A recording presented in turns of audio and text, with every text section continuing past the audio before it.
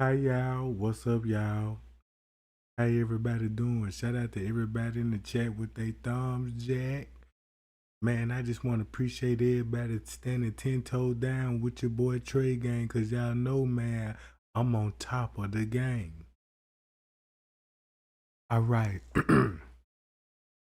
man, this live is gonna be about Kenneka Jenkins and world news. You know what I'm saying? What's going on in today?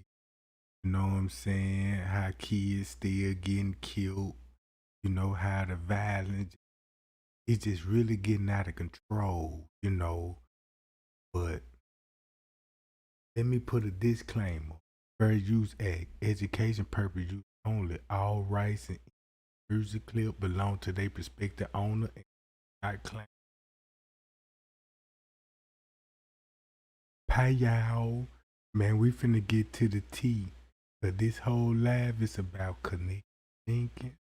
In the beginning was the first narrative.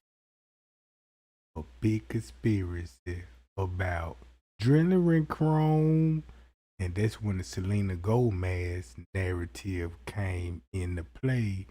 Cause when you go back to Leonora, breaking news allegedly with the purple flag, purple shirt with the Adidas jacket on, talking about some I know this hotel for known selling, you know what, and we know what that means. And Selena Gomez's name already came up. So when you look at the game, how Miss Teresa played, she tried to put it off on Hollywood and let the public catch Hollywood without exposing the family, because they're going to play dumb loud. I don't know. But until then, gang, I'm gonna mute my microphone and we're gonna let's get into some world news.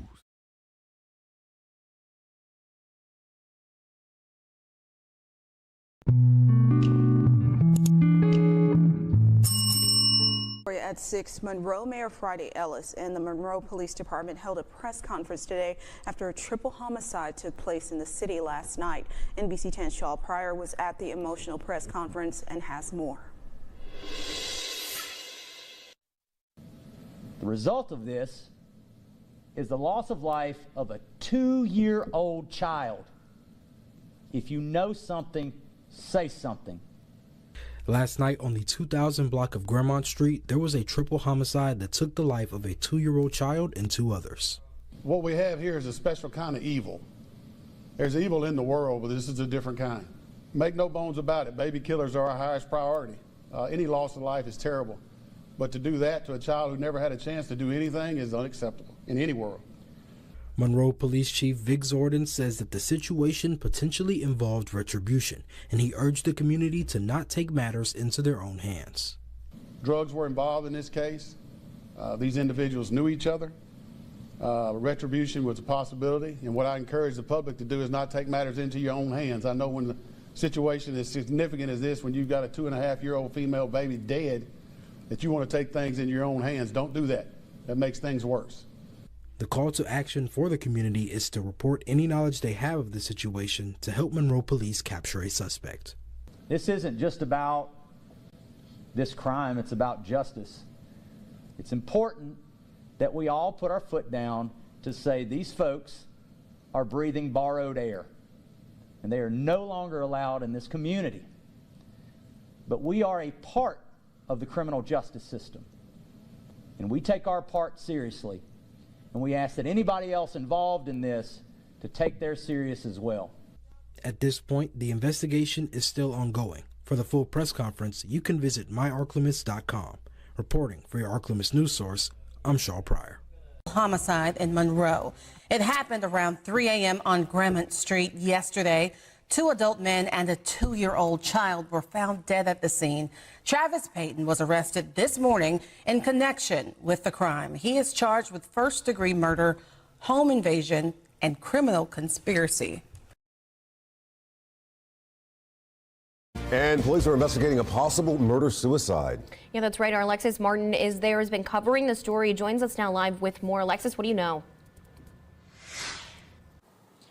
So Sergeant Anthony Mitchell with the Cincinnati Police Department earlier said that 2 people here were shot. We saw the coroner van on scene, but he has not confirmed any deaths here. Now, we do know when I called him, he said he couldn't provide us with any more updates because just a few hours after this shooting, there was a different shooting in Madisonville. And he said that's where a lot of their officers were focused right now. So we didn't have any updates as far as this particular shooting. But we did see the crime scene unit pull out of this complex just about an hour ago. And again, as I said, we know 2 people were shot here in this apartment complex, and the homicide unit was here investigating. Now, scanner traffic from this shooting tells us it happened almost right at noon.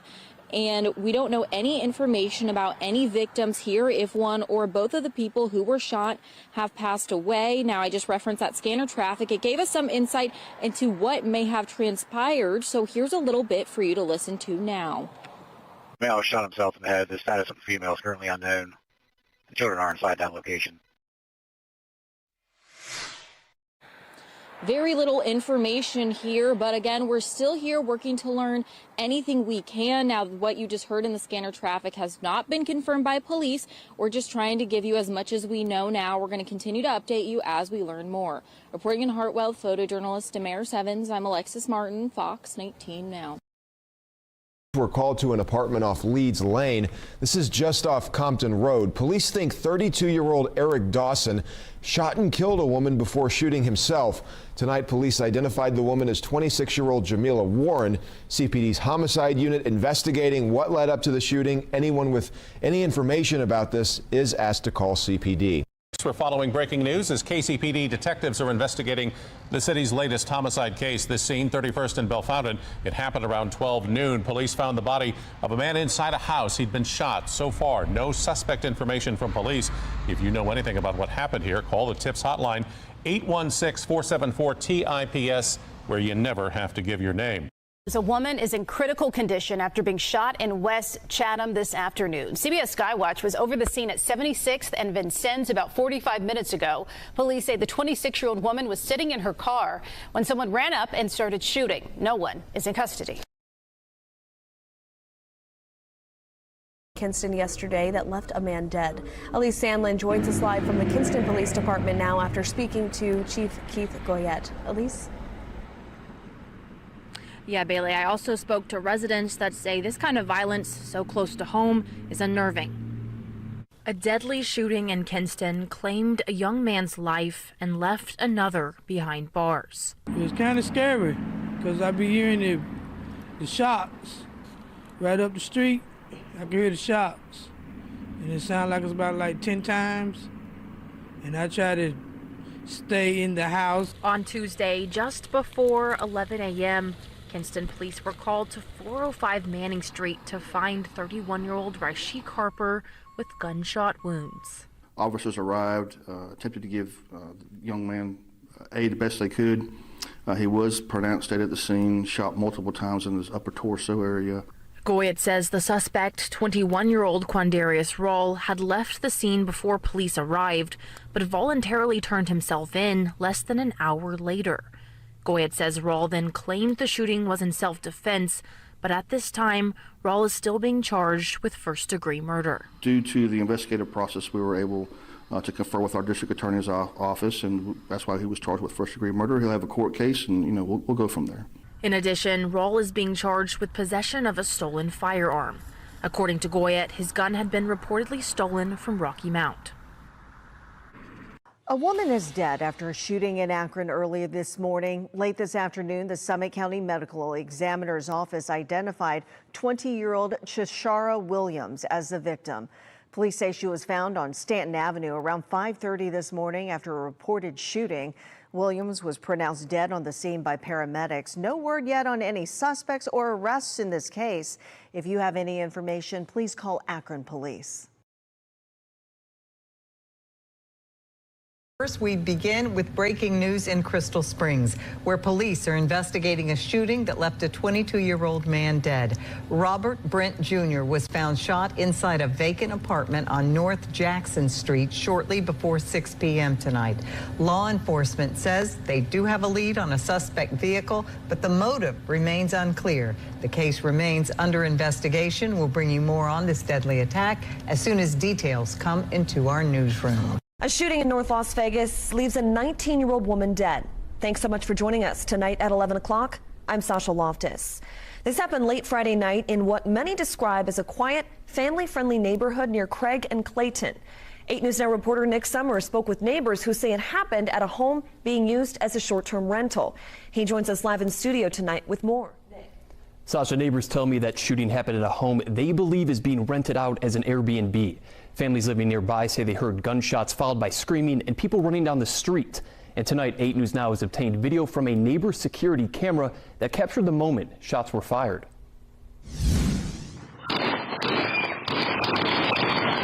There was a lot of youngsters here walking to the house, and usually we never see youngsters having a party in the house here.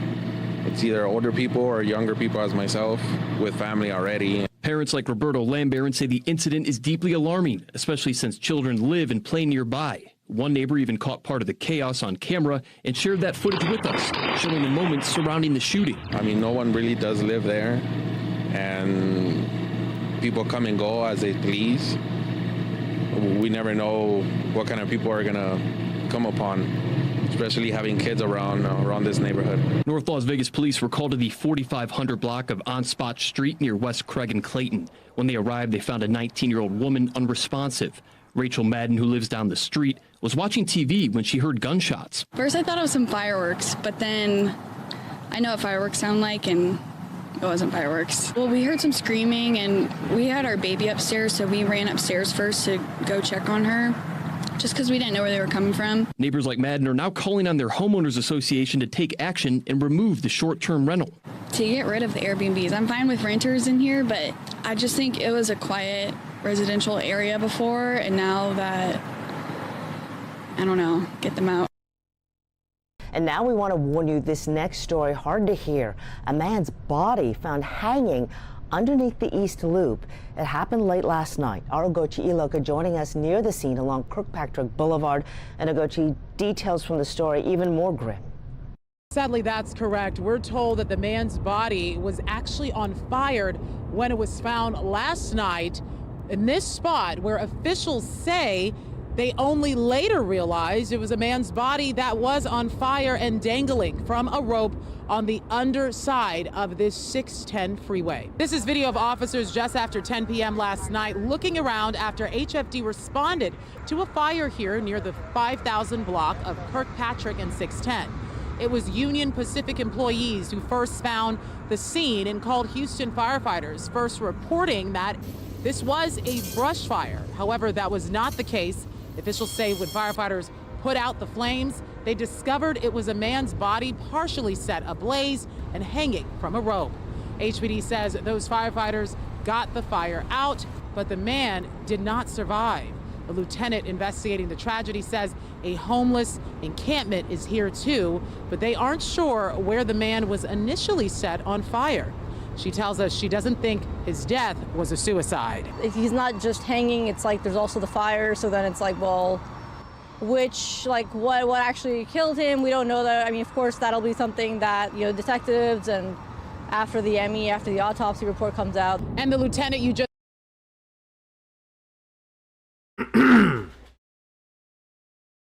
And I just want to say this.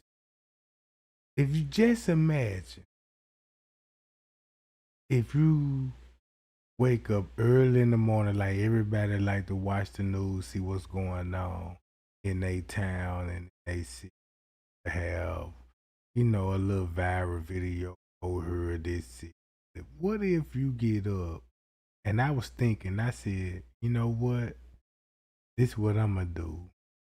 I'm gonna make this a big news channel, because I'm going to show everybody all murders in real time, breaking news, real time,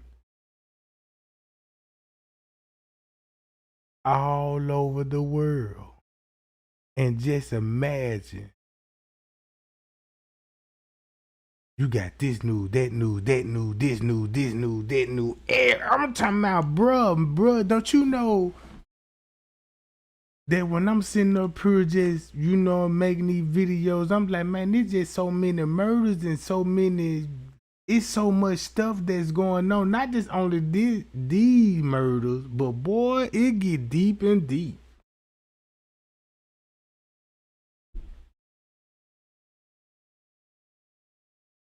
So, like what you see on the screen, this Houston got bodies pulling out of bayous and rivers. And they say it's not a serial killer on the loose. They said they ain't even no serial killer on the loose. But I've been keeping a close watch on this stuff. And I'm like, oh man. Boy, this like a experiment going on.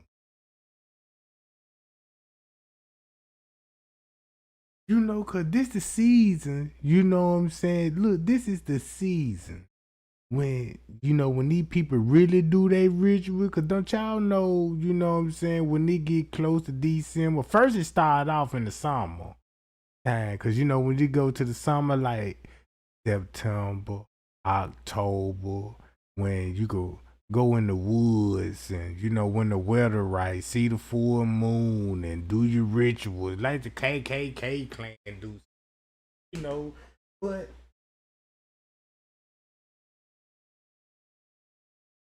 but the reason why I'm showing y'all these news, cause these is all the cases, you know what I'm saying, that I'm be looking into, keeping up with, keep you up to date, and if you read the Bible, it clearly tells you that, hey man, it's gonna be once upon a time in this world that a lot of souls gonna be lost. And people gonna be like, well, how my soul gonna be lost? For one thing, pay attention. What the Bible speaks. Heard from there says, unfortunately, there were no witnesses around when they first responded to the scene. If you know anything about this investigation or have information, you're asked to please call Houston Police or Crime Stoppers. Good afternoon to you. First on Fox 2 News at 4, a second child has now died after a North St. Louis shooting into a car. It was back in May. Here's Fox News' Chad Mira on new pleas for help now that two brothers, ages 9 and 10, are dead. I'm just begging. I'm pleading. I'm begging. I'm pleading. I'm begging. I'm pleading with you to please turn yourself in. The Neal family desperate for answers after losing a second young life this year. This trend has got to stop. These are babies.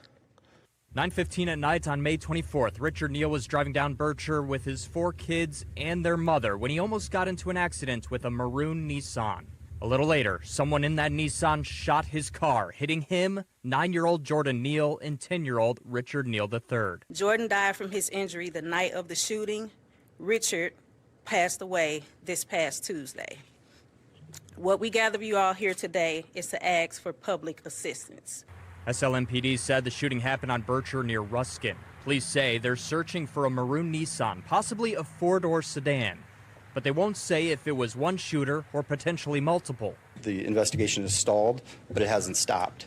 You can see I'm surrounded by my team here today, and there's others still working this case. So any tips that the public has, we're willing to follow up on. We just need some help at this time. Police are asking people on both sides of I-70 on Union or Bircher to check their surveillance for any little clue. We are Christians. We have to learn to forgive. But we'll never forget you. And we pray that God has mercy on your soul when your day comes. Police say any piece of information, big or small, can help them out on this. We've put their phone numbers on our website, fox2now.com. Reporting downtown, Chad Mira, Fox 2 News. Well, thank you for joining us at 6. I'm Dion Guillory. We start with a disturbing case of a missing East Baton Rouge Parish girl found in a basement in Pennsylvania after a multi-agency search. Tonight, 2 men are locked up in different states facing charges for the teen's disappearance. Keyshawn Crumity was arrested by Pittsburgh City Police, while Ronald Smith was arrested in Columbus, Georgia. The teen was reported missing earlier this month. Investigators say Crumity was talking to the girl on Snapchat, saying he would get her adopted by a trusted adult. We're told the girl boarded a Greyhound bus in Baton Rouge, then traveled to Georgia, then Washington, D.C., and ended up in Pittsburgh. Investigators say they traced the girl's online activity, leading them to Pennsylvania. We're told the teen was in a box with a sheet covering it in the basement. Attorney General Liz Murrow says she is proud of her state agents for locating the child. She says the child was groomed, exploited, and then sexually abused by strangers who found her online. She says this is one example of the dangers of social media and of human trafficking. We're told more arrests and charges are coming. Now, this is a warning to parents about the risks of social media. The National Center for Missing and Exploited Children has plenty of resources outlining common tactics used by online predators. When you check your child's social media, look out for predators who may entice your child with multiple compliments, shared interests, or liking their posts. Predators may also ask your child for explicit images or offer pictures of themselves. These predators may also offer gifts, transportation, or even food. You can find more resources on missingkids.org. The man accused of murdering a congressional intern and a teen girl this summer in D.C. finally behind bars. He had been on the run for 4 months. Fox 5's Sydney Persing spoke with both of the victims' mothers following the arrest and has more from the district. For 4 months, Naquan Antonio Lucas evaded the FBI, U.S. Marshals, and MPD, accused of killing 21-year-old congressional intern Eric Tarpinian Jocham in a summer shooting in Northwest D.C. I haven't saw my son since May 30th. I haven't touched him, and I never will again. He's ashes now. Lucas was on the run, also accused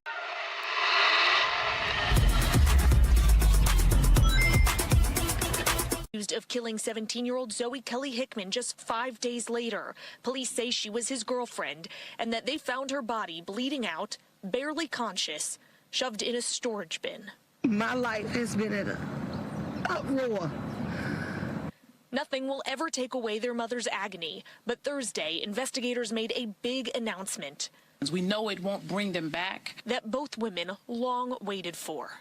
This day is a very special day. Lucas, the U.S. attorney announced, is finally under arrest, taken into custody Wednesday in Germantown. Jocham's mother got the call from a detective at her home in Massachusetts. My God, and I started to cry. Go, Eric's birthday was yesterday. It's a belated gift. Oh, thank you. Kelly's mom got word with her family in D.C. Her team, our team, baby, we worked hard on this. I interviewed both moms Thursday after Lucas went before a judge. Both asked if I could connect them. This is Miss Jocham. So before we left the courthouse over Zoom, I did. My God, I finally get to see you. I'm so sorry. We love you. I am here. For 5 minutes, they cried together. We're mothers. We should have been holding their hands. I beat myself up about this so much, about I wish I could have been there. And promised to support each other. I am with you. And I know spiritually, I feel that you're with us. Yes, I am. Two moms, strangers until today, brought together by tragedy, bonded now by love. Two 16-year-old boys shot and killed tonight.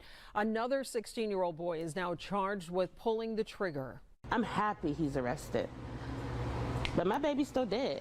Only Channel 11's Lauren Talata spoke with the aunt of one of the victims, and she has a message for her nephew's accused killer. For the last 4 months, Isaiah McCarthy's family has been waiting for a break in this case for the person who police say shot and killed the 16-year-old and his friend Tyrant Sutton to be behind bars. Now the family is hoping that justice will prevail as Allegheny County police have made an arrest. We're heartbroken. A family's pain seen in the eyes of Taylor Williams. He was my best friend. He was wiser beyond his years. Her nephew, Isaiah McCarthy, was a high school football player, a friend to many, but he was most proud of being a father to his son, Isaiah Jr. I've never seen a baby grieve until I seen that baby grieve, because he's used to being with him almost every day. A life cut short on June 26th when McCarthy was shot to death in broad daylight, along with his friend Tyrant Sutton. Allegheny County police say it was Jamon Brookins who pulled the trigger, all three just 16 years old. I'm happy he's arrested, but my baby's still dead.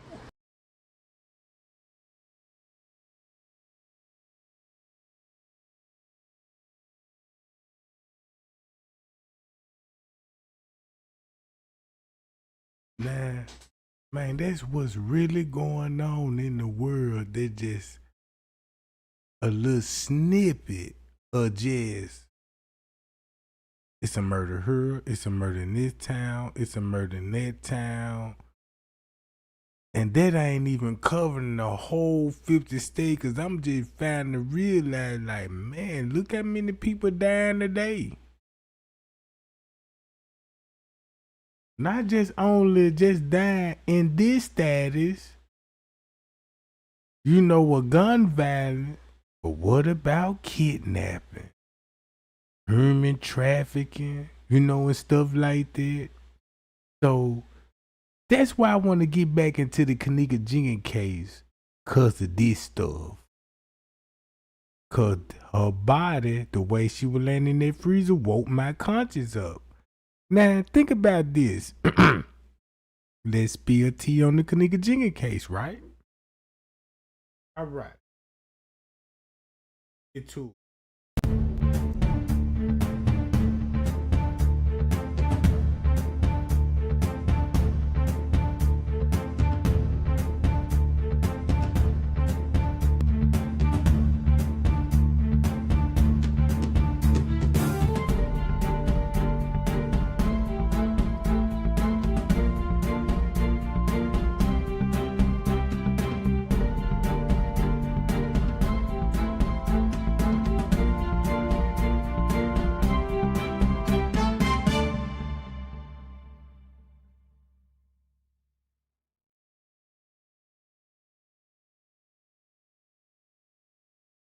Now check this out, right? When it comes to the Kenneka Jenkins case, right?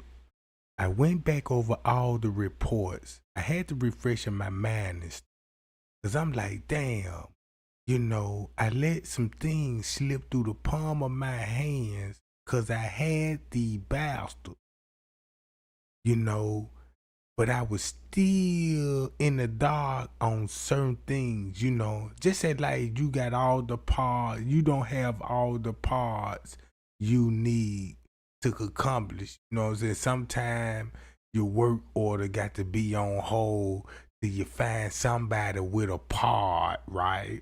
Just to put it like that. Now,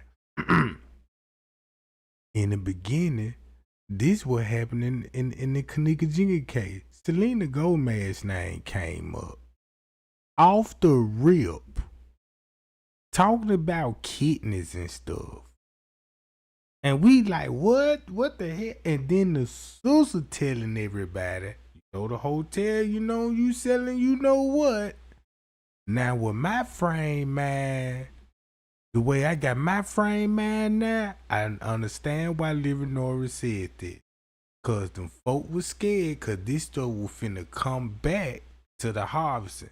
If the public pay attention and stay 10 toes down without no distraction, none of that, right? This was their biggest fear. So now we already know, like, it was a big movie producer was there. It was a big movie producer there. But nobody don't know who was the big movie producer. At the time, I didn't understand why all of this was being said. But now I understand who was the biggest person. Is a movie director that's into directing snuff film. And his name is John.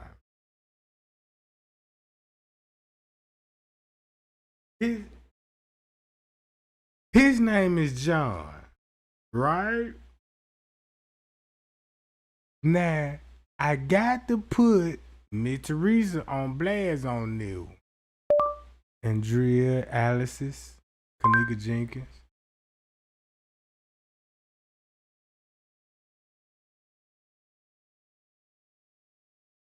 All right, check this out. We didn't know at the time who would be the biggest movie producer that would be filming. Now, everybody was like, what you mean, filming a movie? Yeah, them folk were actually filming the movie through surveillance cameras they got in the hotel, the original footage. And also production teams with their own, according to their footage. Now, I want to show y'all this video right here. Hold up. Guess who would be what I know now? This is what I know now. Just a little bit of help that I got from somebody in my email. This the crazy part about it. This the man right here with the camera will be filming everything that went down, and he got all the proof that anybody need. He got evidence against Mr. Riesel, the family, the hotel, including himself and other circles, right? Now, this what we didn't know at the time was like, why Joel Coleman name was coming up in the beginning. Because he linked to Joe's Coleman, right? So when they were telling y'all about, yeah, Joel Coleman was there, and guess who y'all heard about Joel Coleman? Guess who put Joe's Coleman name out there? Gina McGill. So why would she put Joel Coleman name out there? Because they good friends, right? They good friends.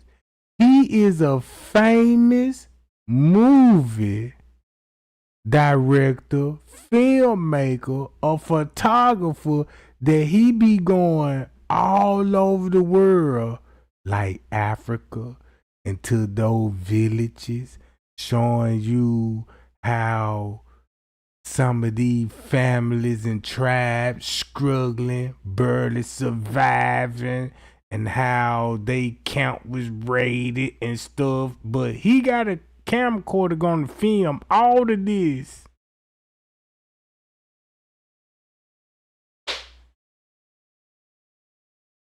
All of this. So when King Robin was telling everybody who was the movie director, it was him, John. That's why he was in the police station with Jedediah, filming in the police station.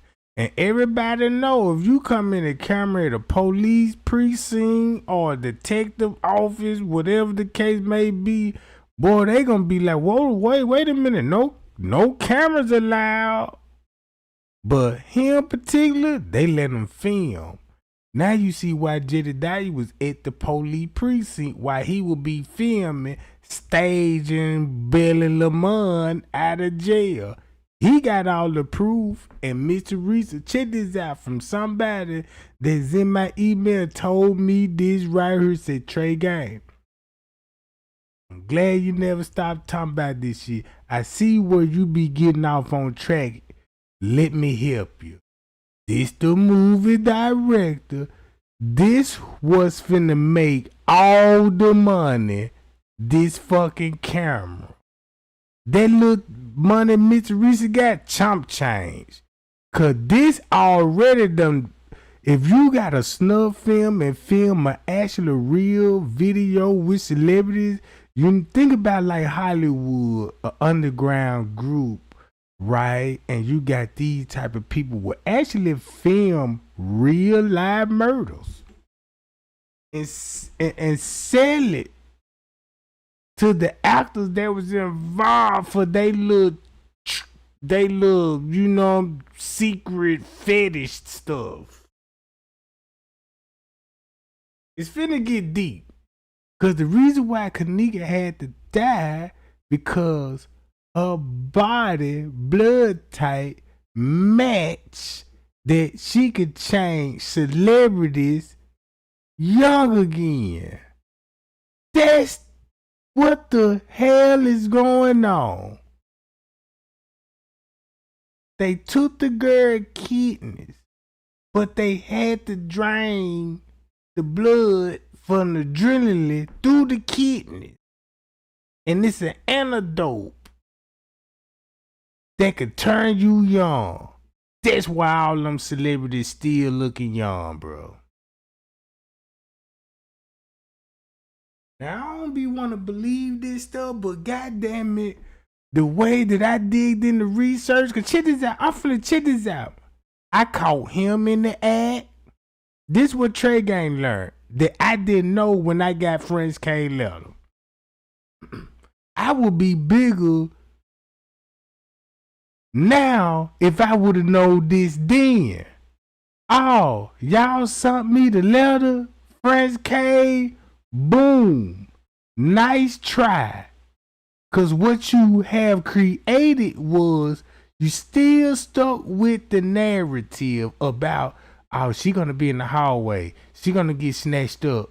That's when they transporting her through different rooms and through all this. See, you were filling in all the conspiracy theories gap to make, and it's off the trail, like, cause you need her to still be in the room, so you collaborate with Miss Teresa, the police, and they gave me the letter. So look, when they gave the narrative, it fitted a conspiracy theory that's meant to be forever a conspiracy theory.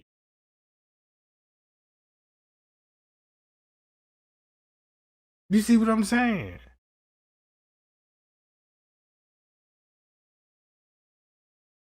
I'm gonna play this video and listen closely to this interview.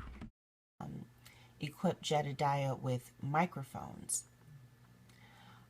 Also, something interesting. Well, it's interesting that the footage has yet to come out. Any video from that he's taken has yet to come out. I'm wondering, what is he going to do with this video? Who is this John? And we're going to listen to a few clues. John is going to tell us that he found out about the Kenneka Jenkins case through a Chicago male that had been shot 31 times. And he claims this man, as he was interviewing him, looked at his phone and said, oh, that's Kenneka, I know her. And then he's going to casually say, and then I ran into Jedediah. So I don't know if they ran into each other at the protest or if there was some, type of middleman between him and Jedediah. But let's just listen and watch. Bogus. Now, John, I'm asking you to come talk to them and tell them what you know, bro. And I'm off this shit. And I'm going to wait. And guess what? Kenneka brought us all together. Let's stay that way. And let Kenneka keep us together. And you all still fight for Kenneka because she ain't had nothing to do with this. And something still foul went on. So still fight for her. Death ain't about money. Her death ain't about John, money. what is you doing? He recording them, looking at him, looking at him. Tell him what So, everybody out there, I've been on this for... Look, this the scary part about it, cause don't y'all know how famous this man here is? I didn't even know how famous he was. If you find out how famous he is now, you finna scratch your head and be like, that's why he at the protest with Jedediah, with the family? So you mean to tell me he the one that's gonna be paying for a whole lot of this shit?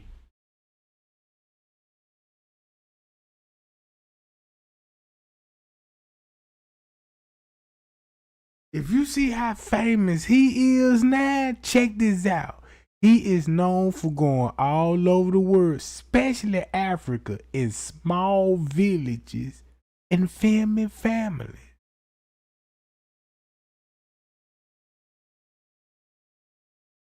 This how deep it goes. So I was like, whoa.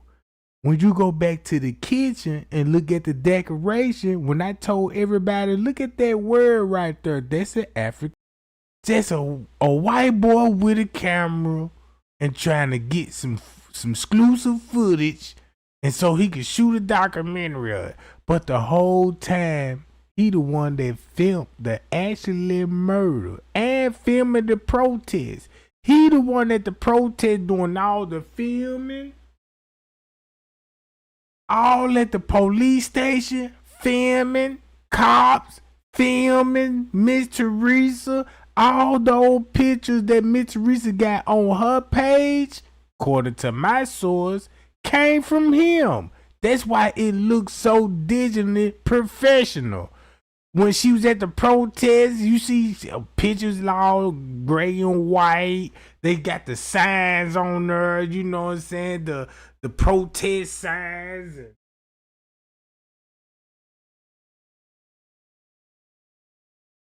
So look, watch this. Since literally the first second, as soon as I could, I came and I heard about this when I was documenting another guy who... Okay, he says that he's been on the case since the first second, since he first heard about it. So, ain't this kind of weird? It ain't even weird no more. You found out seconds when she come up missing, and you document Kenneka family members, because he doing a documentary on Kenneka family members on gang life. Boy, this some cold shit.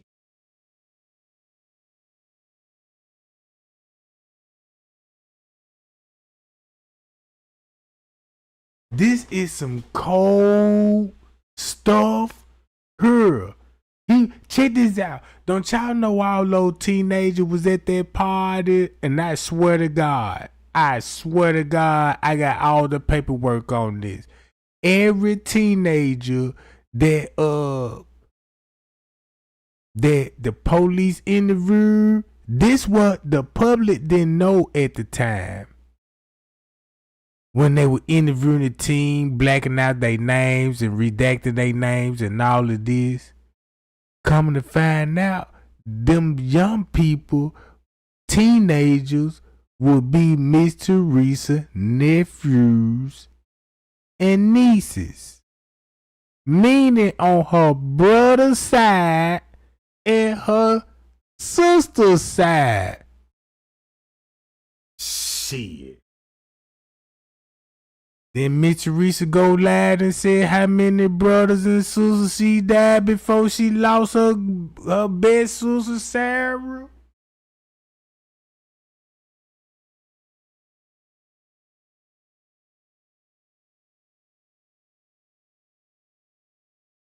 Bro, the shit that I'm finding out, bro, that the people helping me on this shit, man, god damn it. Look at it like this here. If you look at it like this here, well, this was explain. You ain't got to scratch your head no more when I say this. When Miss Teresa sold out Kenneka, this was the plan. They gonna film the movie. They gonna film a snuff film. A snuff film is actually, they gonna film a movie, actually the murder. So they gonna film the murder. That's the money. Cause you got high powerful people will pay to see a real murder. Instead of we get the Hollywood murder video, you know, with a lot of idiots and cuts, sounds effects and all that, but a real murder, oh yeah, that go for top money. So look, all of that, Miss Teresa was gonna get paid for the harvesting of the kidneys, the leftover organs when they get the jewelry crown, cause that's how the celebrities stay young in Hollywood. So boom, he will film the movie. That's why he had to link up with Jedediah Brown and was like, yeah, I'm just filming everything, you know what I'm saying, and do a documentary about this case because it's just a tragic event and all of this, but he guilty because he got a video and it's so much stirred up on the case, and King Rob and them like, nope, wait a minute, I'm gonna file a trademark on this Kenneka Jenkins name.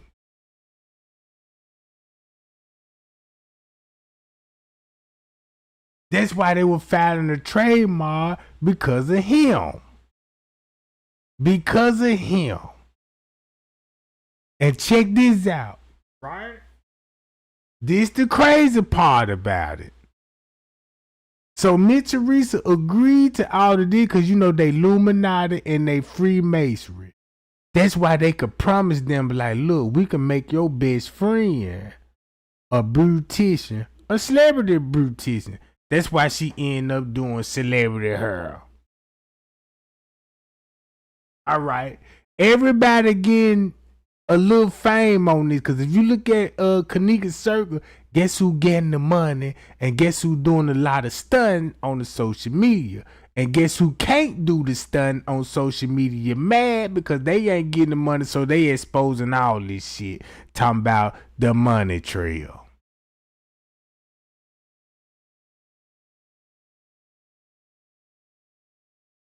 So hold up. He said he found out about Kenneka come up missing in seconds. Sound like the lawyer said. Miss Teresa's lawyer. Yeah, Miss Teresa's family knew she was missing in seconds. Then you got King Rob. I remember when King Rob was going live. I actually watched the live video when he was pointing out. He was like, it was in the lobby footage. Matter of fact, it was in the lobby footage. And he was like, look, if you look at the bottom screen right there, because at that time, it wasn't nobody moving on the camera, and you would see a sound microphone. Don't you know those microphones they be holding, you know, when they be shooting the scene, the one like on a big long stick? I actually seen that. And he was like, look, that's when they was shooting the movie. And guess what time all this would be going on? At 1 something in the fucking morning. 1 something in the morning.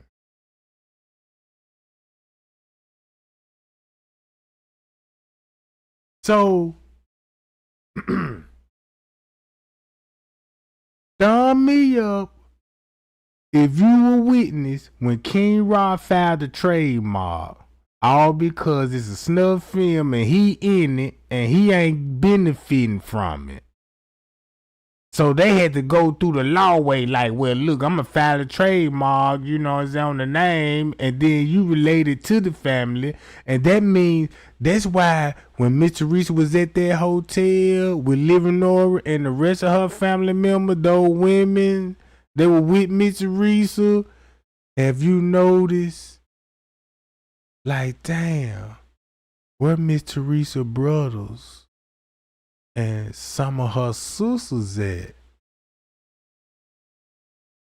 And that means the reason why you don't see some of them on the footage because their kid was in the room with Miss Teresa. So that means, goddamn it, all those juvenile with Miss Teresa brothers or sisters, and that's her little nieces and nephews.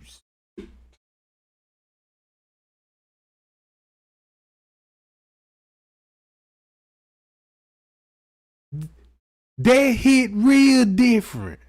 No wonder why she said in the 911 call, Kenneka came here to a gathering. What you mean a gathering? You said she supposed to be celebrating her new job. So is she finna celebrate with family and friends? That's how I took it. Then you got the best friend like, yeah, we both been going to the movie. Oh, she supposed to be celebrating her new job with her best friend with you then, Azaria, right? Yes. So you mean to tell me the movie is right across the street from Crown Plaza Hotel? So you mean to tell me you didn't show up at the movies that night with T.Y. Rolling them?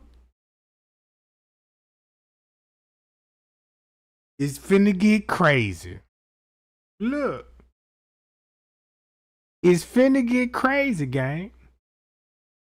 It would make a lot of sense why Mitcheries would make a post be like, wait a minute, it ain't no movie about Kenneka yet on Lifetime channel. Like, what the fuck you mean?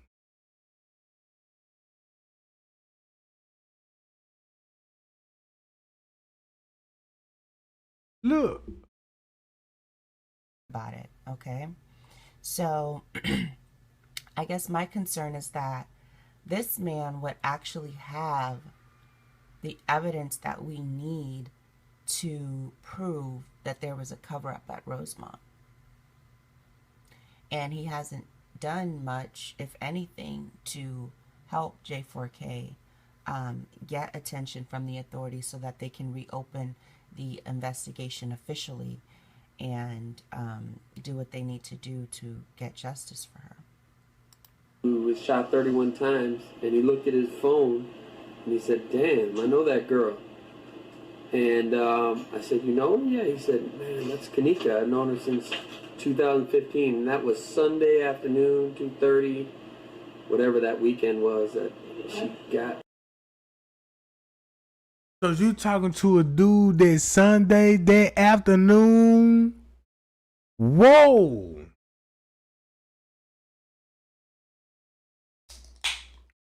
Man, look, his words finna make him sound so guilty, cause look at it. Look at all the receipts you got on him. Every word that he say, you gonna be like, damn. This dude actually got a murder video. I remember when he first hit the scene, everybody was waiting on him to release whatever he got on video. Cause Jedediah in the background talking about, yeah, we got all this shit on video. Like, what's on video?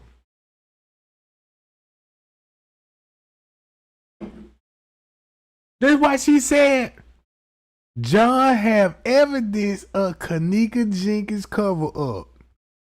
And what did he do? He edited and filmed it everything. And Bill Murray filmed and edited everything. And then these people told Miss Teresa what to tell the public. And that's why we in conspiracy mode. Because they didn't do nothing but use their movie scripts. And told Miss Teresa, tell the world this. And next thing you know, that's why the shit sound like a fucking movie. It's a different when you just lying and getting caught up in the lie. It's a big difference when you get caught lying and you telling it in the movie script way. Like, damn, bitch, what?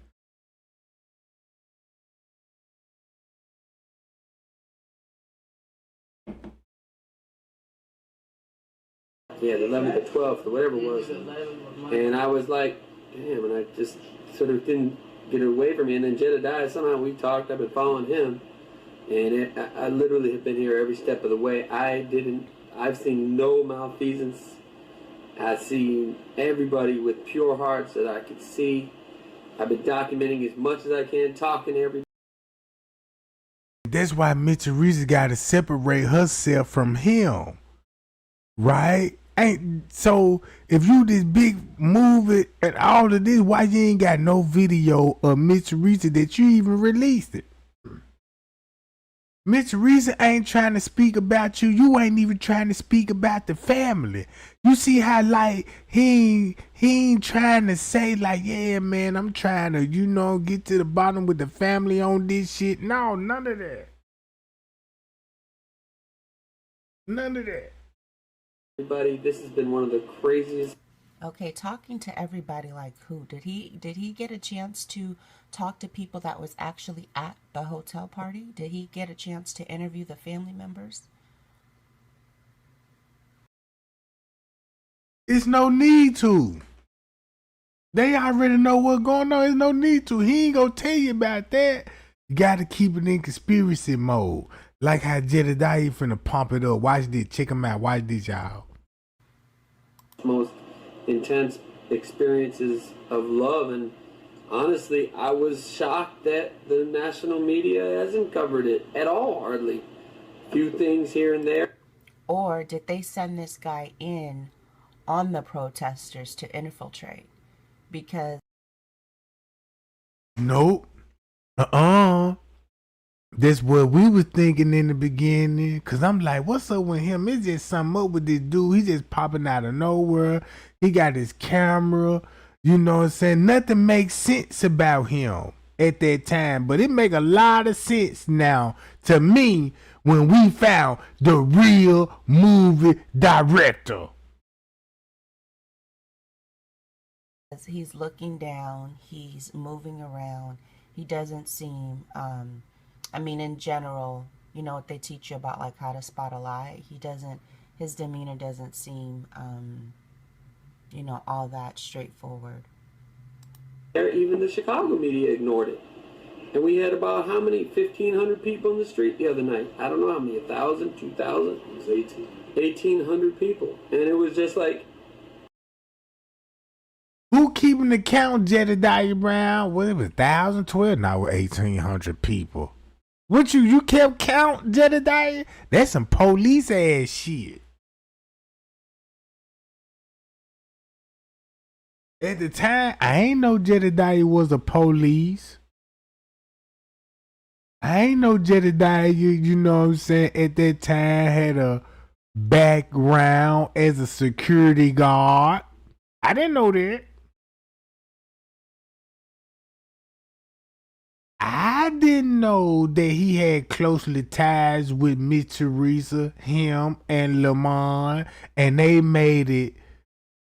Thumb me up if Jedediah gave off to you, him and Lamont, like they met each other through the Kenneka Jenkins case to collaborate and to get justice. But these bastards been knowing each other years before Kenneka died. These the gay dudes that be hanging with Pucky, Miss Teresa, little nephew, cause I didn't know at the time, and this is solid proof, this is receipts. You could pull up a paperwork of the person who rented the room, who had a search warrant. Shaniqua Watkins, right? And said she booked the room on a fraudulent credit card, right?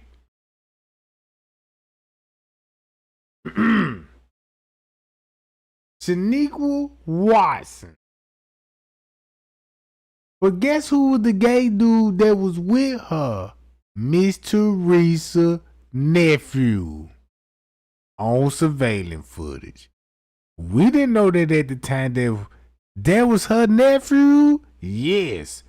Booking a hotel room where later his cousin finna die in.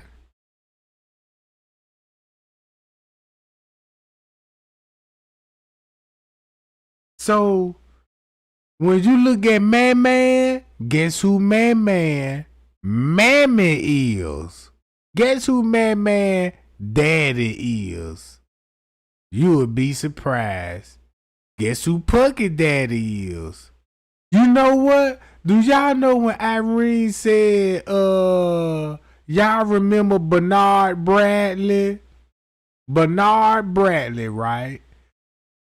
Thumb me up, y'all remember when Irene put out his name, Bernard Bradley.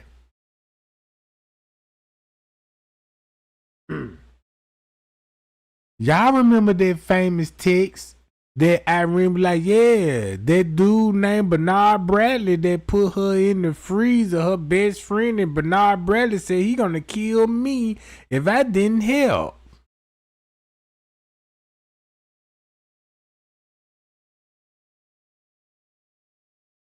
Guess who related to Bernard Bradley? Miss Teresa. And guess who Bernard Bradley mammy is? Letha Bradley. Letha Bradley. And his mammy is on Miss Teresa friendlies and they related. I didn't even know that. I didn't even know this. Don't y'all know those addresses they was leaking in the Kenneka Jenkins case? You know, they were releasing who they released?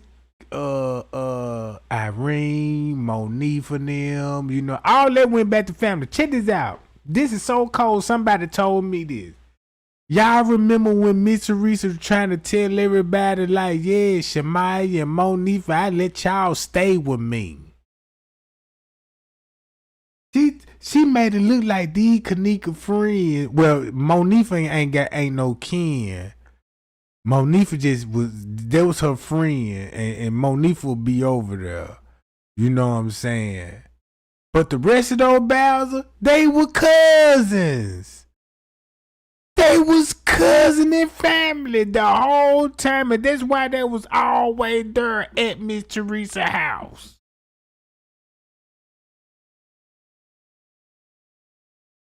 I didn't even know that at the time. That's why Chosen King will earn this shit out.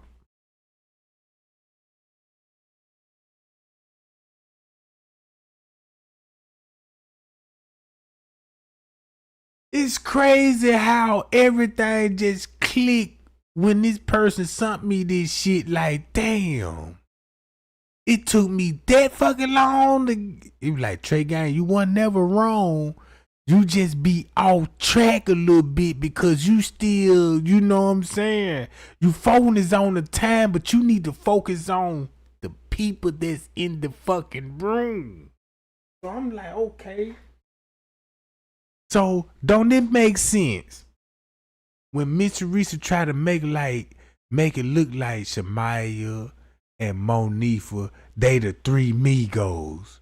It's just all them, just Monifa, Kenneka, and Shemaya. She tried to make it look like it's just the three Migos, right? Now we got a lot of delete going on Kenneka page on her Instagram or Twitter. And guess who they really deleting out? The best friend Azaria. Make a lot of sense. So when the Zaria name got exposed, Straight Drop them came with a clever idea. Give us the Zaria Dior. Get us that Zaria Dior, and guess her whole narrative is gonna be she dated Kenneka and she close to the family. The same thing that Zaria do, the real best friend. She just made it look like, you know what I'm saying? That's why Miss Teresa never questioned it, never stopped it, or never made a post to be like, bitch, who is you? I don't know you. You know what I'm saying? None of that. Her, Straight Drop, all them kept it going. And I used to scratch my head on that because I used to be like, damn, why Miss Teresa ain't saying nothing about this shit? And these people going live every day and getting views on this, and this people really believing in this stuff. That's what she wanted. So now look, it makes sense why they try to put everything off on Monifa. Made her look like boom, boom, boom. Yeah, you know, you set all of this up. So Monifa had to be on the back burner and take the whole blame for the family.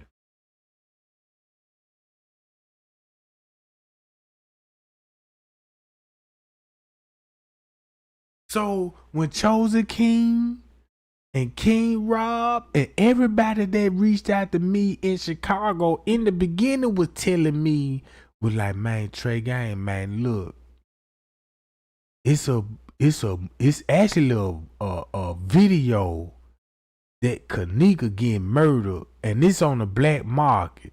And every YouTuber, check this out, all the YouTubers that you connected back to the family all said they saw the video and they can't show it because they don't want to get their channel struck and all this old stuff.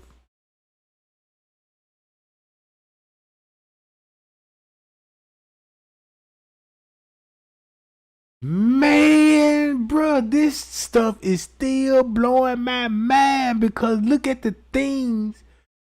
That little one email just sums everything up. Guess what I'm finna tell you? Check this out. Watch this. Check this out. This finna make a lot of sense. Listen to his words. How is this not being covered? And so it hurts to see that this is sort of ending in this manner. And I think... Okay, that's interesting that he would... Not all of them that saw the video, but they in the video. They actually in the video. That's why they will be having, that's why like, just say like, that's why you will have some people, you know what I'm saying, that got some money because they gonna be in the video, huh? We'll give you about 30K for this. Because they finna make billions off this, off these videos. Don't you know how many rich elite people that finna purchase? This ain't like no blockbuster hit going to a movie paying $20 for this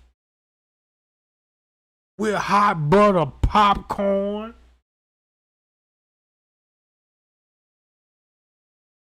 No, bro, you got people finna pay. Yeah, how much that motherfucker is? Yeah, man, that motherfucker called this called 10 bands to see this shit. 10 bands? Yeah, sign me up. I got a group of 10 people with me. That's the black market of snuff film. Watch this.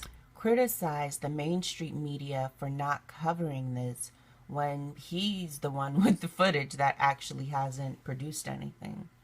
So it makes you think, what is this guy's real motive? Everybody came at it with pure hearts, and that's it. Like, so to Mama Teresa, we love you, and we want the best for your family and for you. And we want justice for Kenneka, and we want to be able to know what happened, for real what happened. Because that's why everybody's out here. Everybody's out here. And I'm out. And that's how hot the case was that if you brought out the movie director that got a murder video collaborate with fake ass protests that Mitch Teresa done set up, and they all set this shit up, that means that man had more to lose than anybody in that motherfucker, bruh. I'm out here so I can learn about it. I've been in the neighborhood for a long time, and it's just like, damn.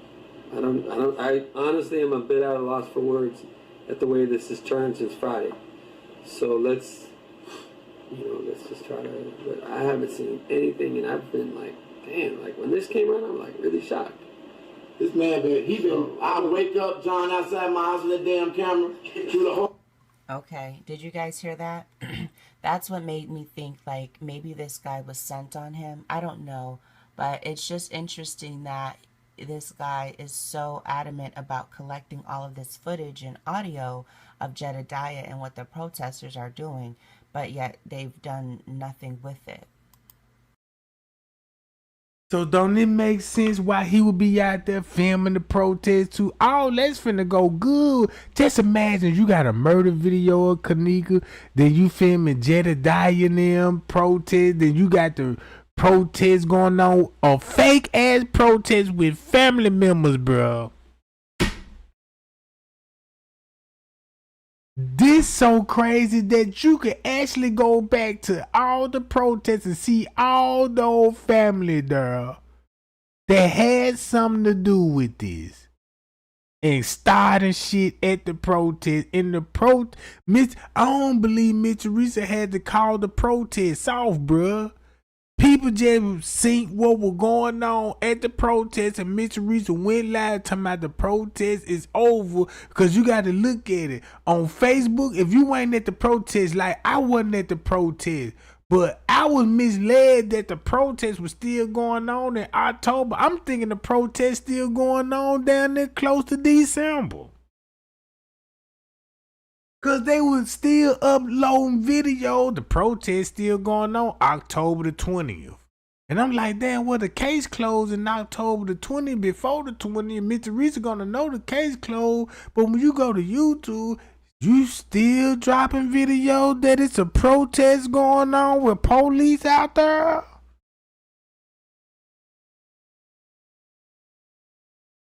Shit, now I done caught on. I'm like, oh. That's just like if I go, that's just like if I could just film me every day going to job, work every day, film myself going to work, save the video.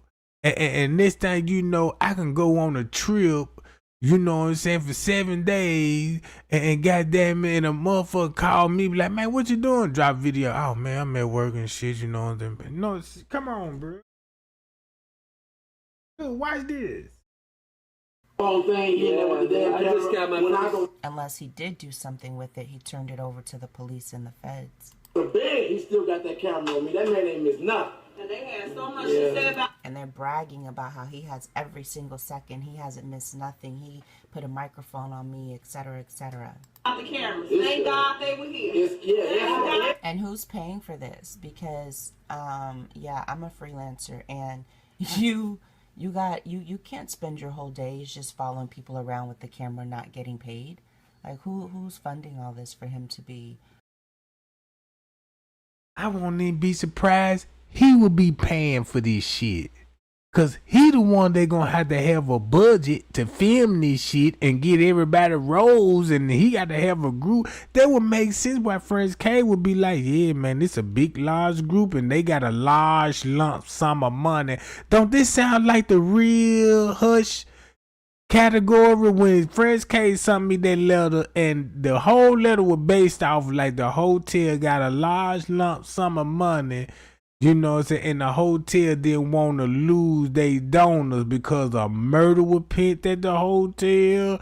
I'm starting to think I ain't gonna start to say I'm starting to think, but now I know now, but like, damn, that's the reason why, you know what I'm saying, them folks, you know what I'm saying, had that large lump sum of money, because they were filming the movie out there, you know what I'm saying, and this thing, you know, shit done got out of hand. Ooh, man.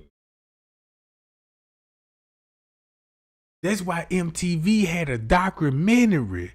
Think about this. If Zach was still living, especially when J Money was still living, they had that documentary for years. And they released that shit like 3-4 years later. That was a red flag that they were like, damn, J Money would die when they filmed this movie. Because guess what? They had to film that motherfucker before 2018. Before New Year's. I won't even be surprised they filmed it before November. I won't even be surprised, goddamn it, MTV filmed that documentary in October.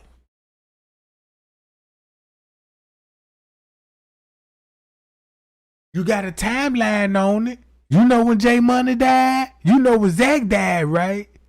You know when Zach died? And J Money, guess what? Guess when J Money died? J Money died before Zach. Woo!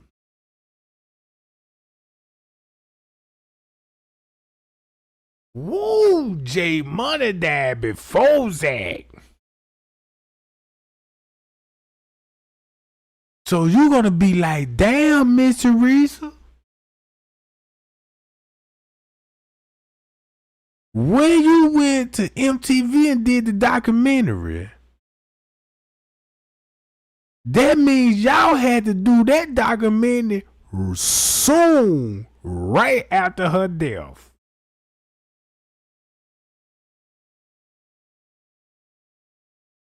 I won't even be surprised it was a couple of weeks after her death.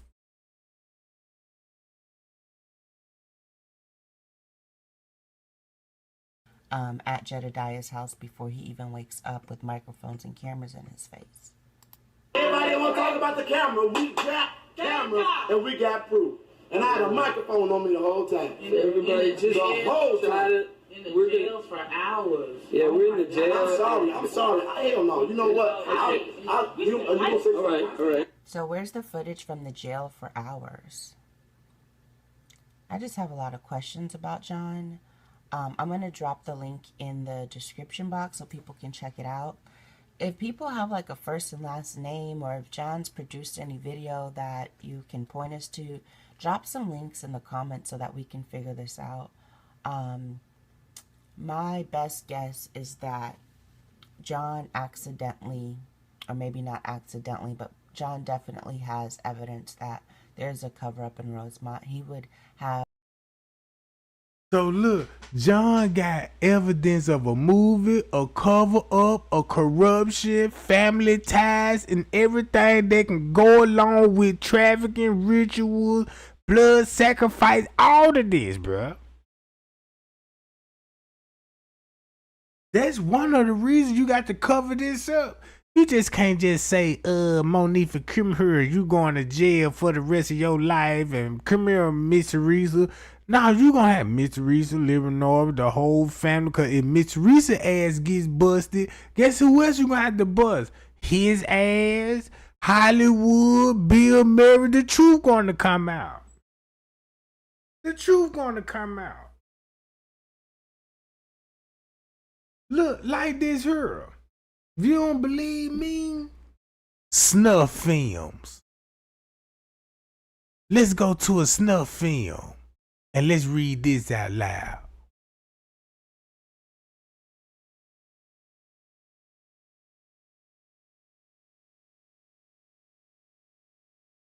A snuff film, snuff movie, or snuff video is a type of film, oftentimes defined as being produced for profit or financial gain, that shows scenes of actual homicide. The concept of snuff films became known to the general public during the 1970s, when an urban legend alleged that a clandestine industry was producing such films for profit. The rumor was amplified in 1976 by the release of a film called Snuff, which capitalized on the legend through a disingenuous marketing campaign. However, that film, like others on the topic, relied on special effects to simulate murder. According to the fact-checking website Snopes, there has never been a verified example of a genuine commercially produced snuff film. Videos of actual murders, such as beheading videos, have been made available to the public, generally through the internet. However, those videos have been made and broadcast by the murderers either for their own gratification or for propaganda purposes, and not for financial gain, and thus do not qualify, according to one author, as a snuff film. 2. In 2025, Vice magazine published an article documenting what they described as the first legitimate snuff video, titled The Vietnamese Butcher. According to the report, the video has been sold since February 2025 on the dark web and through Telegram channels, indicating its commercial distribution. There is strong evidence that the murder victim was a willing participant with the awareness of the intention to monetize the film. And that's the crazy part about it. Now, this is thing that I found out, gang, just by that last sentence alone. Some of these murder victims, people were actually willing, would participate in this stuff. You see what I'm saying? Some people were actually willing. I know a case right now that a lot of people don't know nothing about this case. But boy, do y'all know the most famous murder that was in the Nation of Islam dealing with the Prophet Elijah Muhammad? And the real reason why you don't hear from him no more, boy, them folk did a real ritual on this one man. And when they told Elijah, man, you got to get out of Detroit and put Louis Farrakhan in charge, I didn't even know Elijah was sacrificing people in their temples. I didn't know that.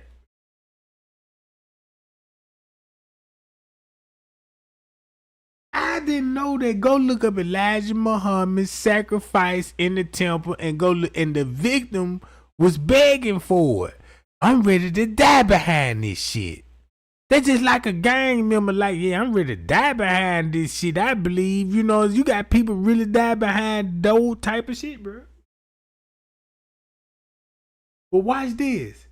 These people making money on the dark web and through Telegram. Right? Look, they film real murders. If I want to film a movie about gang violence, I don't got to go to Hollywood. Shit, I can film the real gang violence. Bam, bam, edit, cut that motherfucker. Be like, you ain't got to see no green screen and shit. I can show you the real deal. You want to see a brain get blowed out his head? Boom! Look. Film. 3. Definitions. Edit. A snuff film is a movie in a purported genre of films in which a person is actually murdered, though some variations of the definition may include films that show people committing suicide. According to existing definitions, snuff films can be pornographic and are made for financial gain, but are supposedly circulated amongst a jaded few for the purpose of entertainment. The Collins English Dictionary defines a snuff movie as a pornographic film in which an unsuspecting actress or actor is murdered at the climax of a film, wink with a frown for. The Cambridge Dictionary defines it more broadly as a violent film that shows a real murder. 5. Horror Film Magazine Fangoria defines snuff movies as films in which a person is killed on camera. The death is premeditated, with the purpose of being filmed in order to make money. Oftentimes, that's why everybody had to sign contracts like King Rob said, because it was a contract. And everybody is in the fucking movie. That's the only reason why they gonna get paid, because they in the fucking snuff film movie.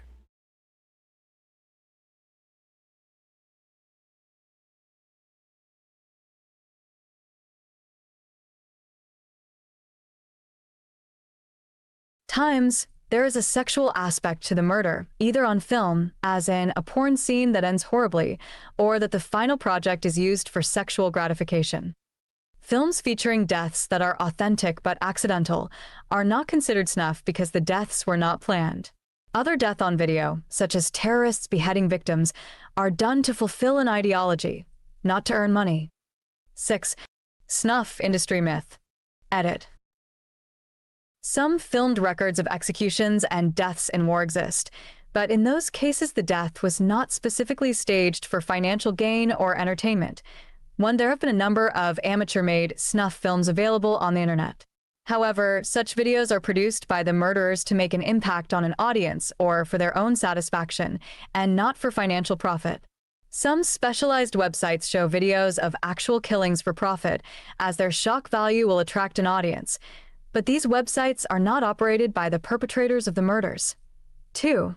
According to Snopes, the idea of an actual snuff film industry clandestinely producing such entertainment for monetary gain is preposterous because capturing a murder on film would be foolhardy at best. Only the most deranged would consider preserving for a jury a perfect video record of a crime they could go to the executioner for.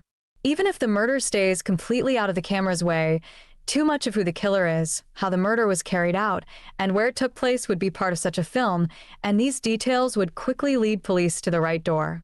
Though someone whose mania has caused them to lose touch with reality might skip over this point, those who are supposedly in the business for the money would be all too aware of this. It doesn't make sense to flirt with the electric share for the profits derived from a video. 1. Further. Now think about where the money at. If you got Miss Teresa was willing to sell her body to the elites and they can give away, sell all the organs out of it, how much money that body finna generate alone? Kenneka body organ transplants, right? And think about the movie. How much money they gonna get made being in these films?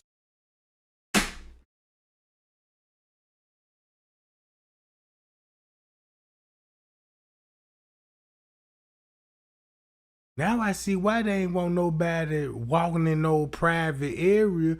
Or maybe there's one of those private areas they be filming this shit in.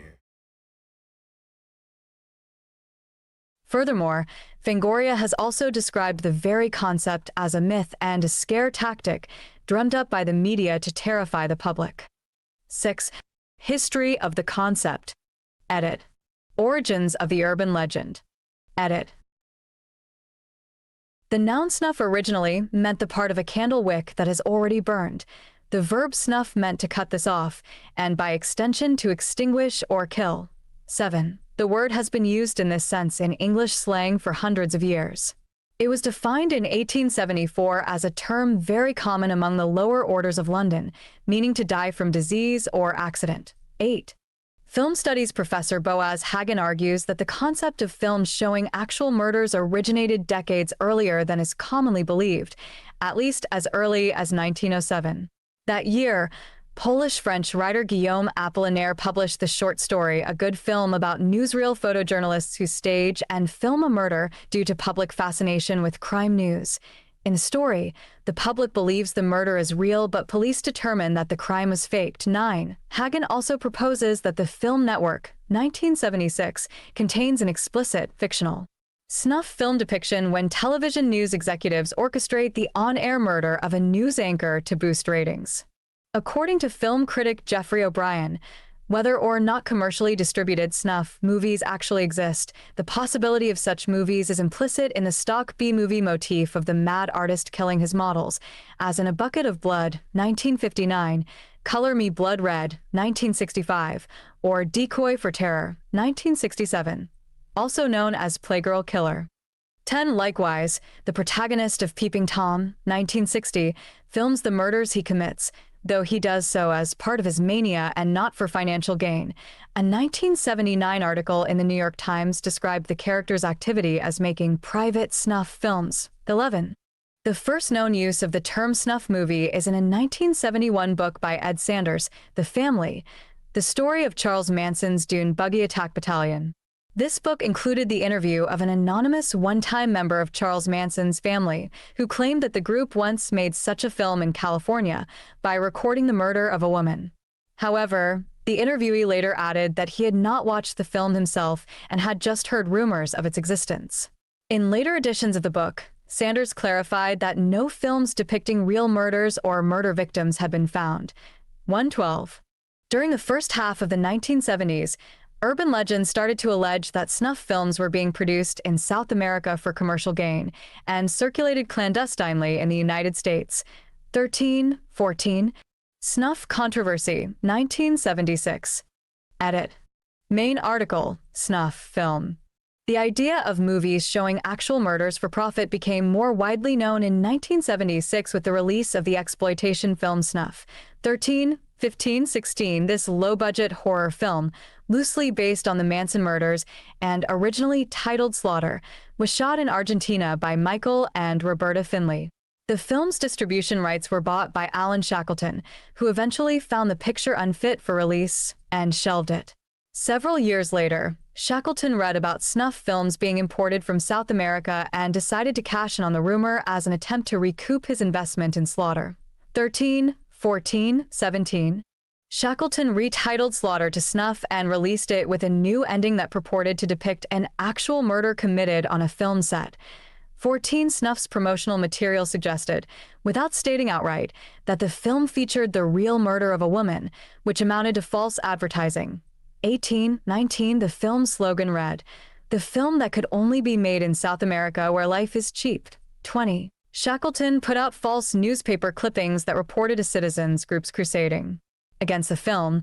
13. And hired people to act as protesters to picket screenings. 13. Shackleton's efforts succeeded in generating a media frenzy about the film. Real feminist and citizens groups eventually started protesting the movie and picketing theaters. 19, 21, 22. As a result, New York District Attorney Robert M. Morgenthau investigated the picture, establishing that it was a hoax. 23, 24. The controversy nevertheless made the film financially profitable. 13, 25. Rumors related to serial killers and other controversies. Edit. In subsequent years, more urban legends emerged about snuff movies. Notably, multiple serial killers were rumored to have produced snuff films. However, no such videos were proven to exist. Henry Lee Lucas and his accomplice Otis Toole claimed to have filmed their crimes, but both men were pathological liars, and the purported films were never found. 6 Charles Ng and Leonard Lake videotaped their interactions with some of their future victims, but not the murders. Lawrence Bittaker and Roy Norris made an audio recording of their encounter with one victim, though not of her death. Likewise, Paul Bernardo and Carla Homolka made videos of Bernardo sexually abusing 2 victims, but did not film the murders. In all those cases, the recordings were not intended for public consumption and were used as evidence during the murderers' trials. 1. Over the years, several films were suspected of being snuff movies, though none of these accusations turned out to be true. A similar controversy concerned the filming of the video for the 1989 song, Down in It by 9 Inch Nails, in which Trent Reznor acted in a scene which ended with the implication that Reznor's character had fallen off a building and died. To film the scene, a camera was tied to a balloon with ropes. Minutes after filming started, the ropes snapped and the balloons and camera flew away, eventually landing on a farmer's field in Michigan. The farmer later handed it to the FBI, who began investigating whether the footage was a snuff film portraying a person committing suicide. 26/27, the FBI identified Reznor, and the investigation ended when it was confirmed that Reznor was alive and the footage was not related to crime. 26/28, 29. Around 2018, a conspiracy theory called Frazzledrip, related to Pizzagate and QAnon, purported the existence of a snuff video where Hillary Clinton and her aide Huma Abedin murdered a young girl as part of a satanic ritual. Nah, that's crazy. That you got the Hillary Clinton tied into this. Don't y'all know, when I was investigating the Kenneka Jenkins case, when I get the deep diving, it's look where it's coming back to. Hillary Clinton, more conspiracy theories about this Pizzagate dealing with kids and satanic rituals. Notice that's the 5-pointed star with the pentagram symbolizing the Eastern stars.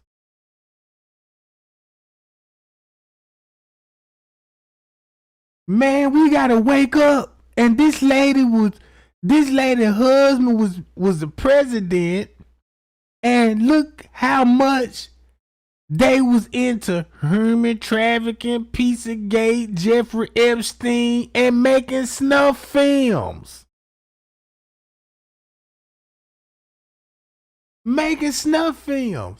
So it make a lot of sense with Donald Trump and Hillary Clinton and threatening to expose each other's secrets. Look. They said they got a video of Hillary Clinton and this lady. She was the chief staff of Hillary Clinton, served as the vice chairman of the Clinton administration for president in 2016. A year before Kenneka died. This is what was going on, right? Now look at it like this here. Snuff film getting out of control. And people trying to expose it, but guess who come to the defense? Hollywood. Oh, this is conspiracy theories. Hollywood finna come out and make documentaries of conspiracy theories and throw everybody off.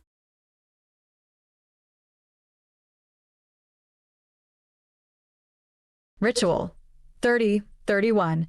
Internet age. Edit. The advent of the internet, by allowing anyone to broadcast self-made videos to an international audience, also changed the means of production of films that may be categorized as snuff. There have been several cases of murders being filmed by their perpetrators and later finding their way online.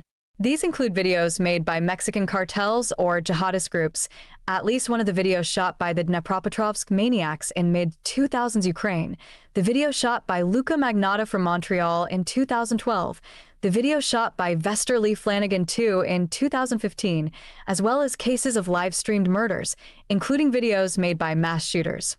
32, 33, 34, 35.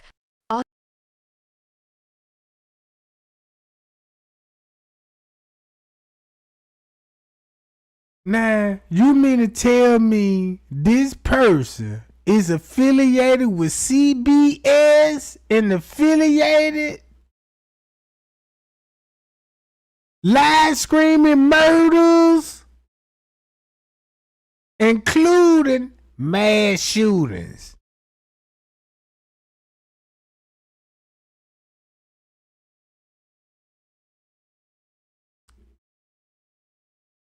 When it come to the Martin Luther King, when they took that picture of him still on the balcony and they had all Reverend Jesse Jackson, the point where the shooter was, I'm like, damn, you got a cameraman on the scene taking the photos. And knowing what's finna happen is finna be assassination. Author Steve Lillibian, who wrote a book on the Magnata case, commented that social media had created a new trend in crime where killers who crave an audience can become online broadcasters by showing their crimes to the world. 36, 37. Fangoria commented that Magnata's 2012 video, which showed him mutilating the corpse of his victim, was the closest thing in existence to an actual snuff movie, especially as Magnata had done some crude editing and used a song as a soundtrack, which amounted to minimal production values. However, it did not show the murder itself and was originally published to attract attention and not for monetary gain.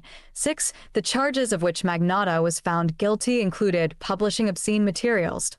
38. In 2016, the owner of bestscored.com, the website that originally hosted Magnata's video, pleaded guilty to an obscenity charge and was sentenced to a 6-month conditional sentence, half of which was served under house arrest. 39. In 2025, it was reported that Wagner Group members were sharing graphic videos of their war crimes via Telegram, sometimes even behind paywalls, prompting calls for an ICC investigation. A confidential legal brief submitted to the International Criminal Court, ICC, by UC Berkeley legal experts asserts that Wagner has been distributing highly graphic videos involving mutilation, torture, and even scenes implying cannibalism on Telegram channels tied to their network. 40. These videos were shared explicitly to terrorize civilians and dehumanize victims in Mali, Burkina Faso, and Niger. So now look, now y'all see that when I trace that word back in the kitchen, you know what I'm saying? It led me back to this. And I'm like, that's who we is. Won't it make sense, right? What I found out when it came to Africa, the Romans was in cahoots with Africans in the upper part of Africa, like right up in here, that's where you get to Egypt, you know what I'm saying, and all this. I ain't know white people was already in this land with the Africans. When the pyramids and you know what I'm saying, and all this, they had, you know what I'm saying. I didn't know that. So it would make sense why they start enslaving Africans in this area in the South. That's why you got the Western Africans and the South Africans. We mostly came from here. This is where we get the roots from. Everybody, when you know that movie Roots, they came from the this part of Africa right here. This is where you get Kunta Kinte. You get Shaka Zulu right up in here. So when you think about all those slave movies, boom, now you see how the slave trade finna exist. But that's what I traced that name back. And then when I went back to Malcolm X, they trace his history back to her. And I'm like, wait a minute, Martin Luther King come back to her. You know what I'm saying? Then when I go outside and when I'm out there in traffic, I start looking at people, you know what I'm saying, they face, and I'm like, man, we don't look no different from the Africans that be at the stores. You know what I'm saying? We all the same. Only thing they do is still have their original clothes on, and we wearing, you know what I'm saying, American clothes.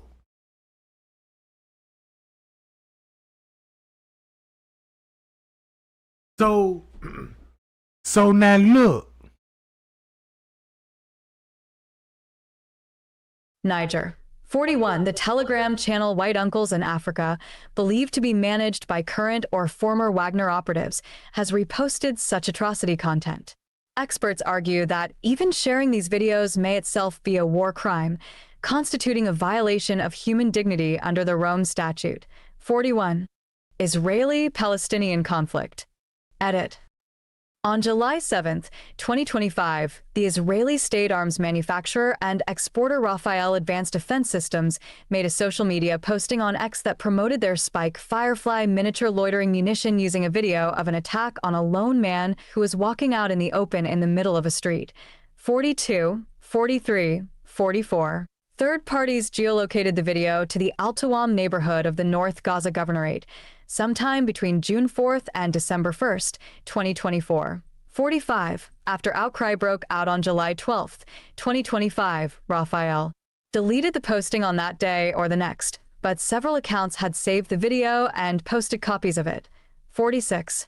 In fiction. Edit. See also, category, films about snuff films. Since the concept became familiar to the general public, snuff films being made for profit or entertainment have been used as a core plot element, or at least mentioned in numerous works of fiction, including the 1979 films Hardcore and Bloodline, and Bret Easton Ellis's 1985 novel Less Than Zero.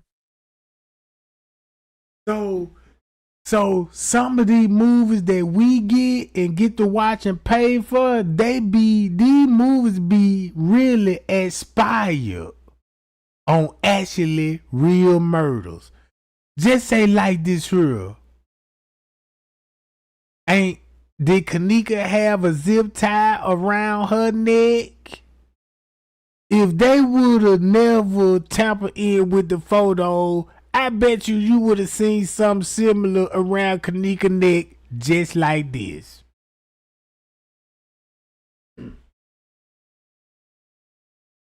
Everybody saw the zip ties around the girl's neck in the freezer. And I'm like, damn, these people really put the picture out with the zip tie around her neck, and then they duplicated the picture and photoshopped the zip tie out the neck. So you basically got two pictures, with one with a zip tie and the edit version.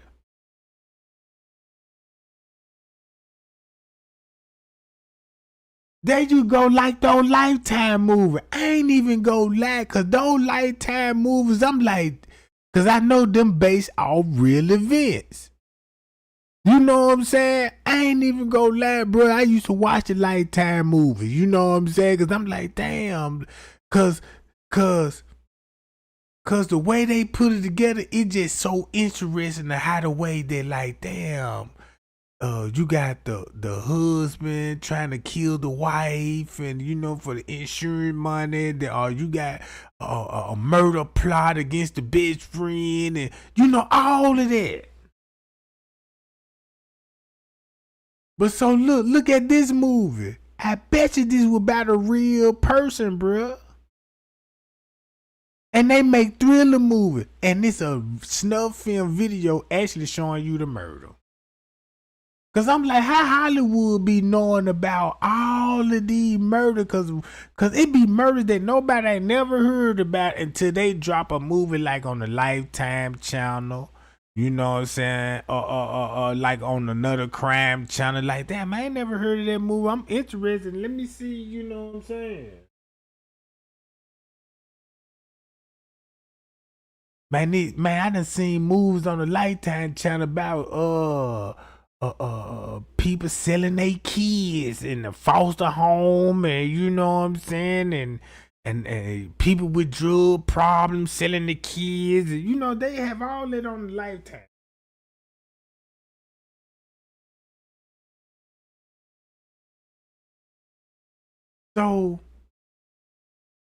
So look, Last House on Dead End Street. The Fun House, horror movie. Look, these could be actually real murders, bruh. Nobody just don't come up and can write a fucking script like that can make it so fucking real. Videodrome. It's about a body horror film. What is it about in Toronto? In the early 80s, he the CEO of a small television station who stumbled up and broadcast. Oh shit. I already know where this finna go. Luther, the fallen son? And it's about as a police detective, you know what I'm saying? It's Cynthia and it's a film. Man, wait a minute. Inside number 9.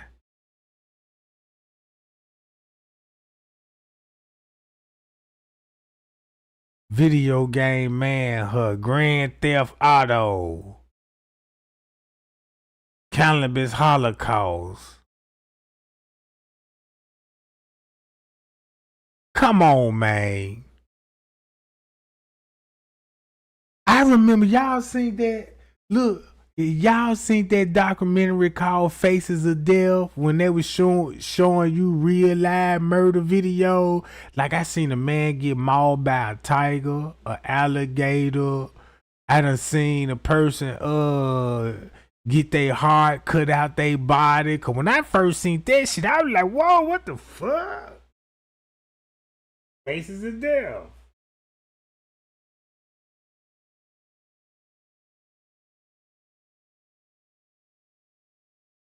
So,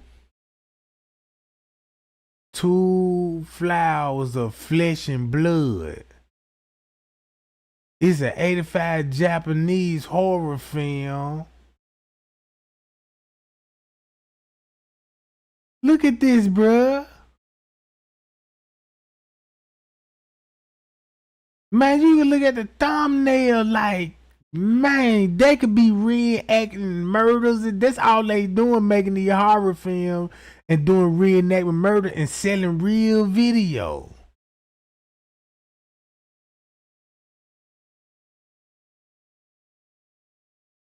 Came in contact with the FBI investigator, but closed it after a series of production release of making the film, demanding that special effects used to simulate the murder. Charlie Sheen became convinced that the flower of fresh blood depicted an actual homicide and contacted the FBI.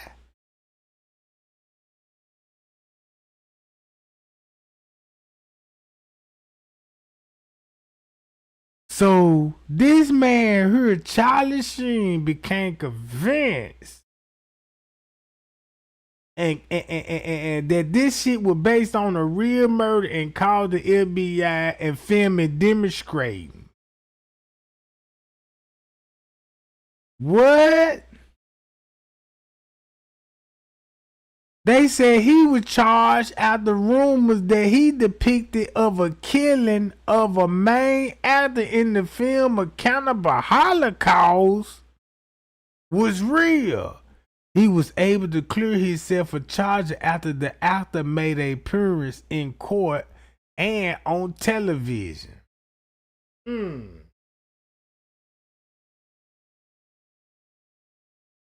they gonna make me look into that.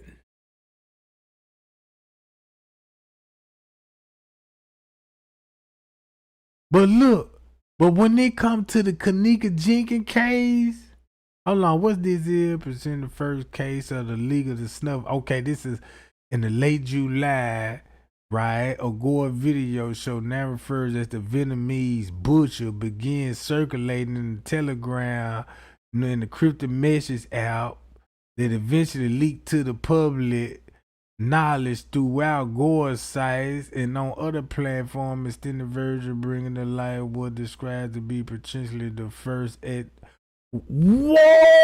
by Vice News. There was 11 video clips and 98 images of the events that had been available on the dark web, on the Telegram, to buy a pack since the least February in 2025. Man, the video and the image of the film also been shared around various social media apps and shock sites involving. Look, this film itself involving a willing male participant who had a fetish for being beheaded, who would pleasure himself before being beheaded with a meat cleaver by a man wearing a plastic guy flank. Oh, hell no.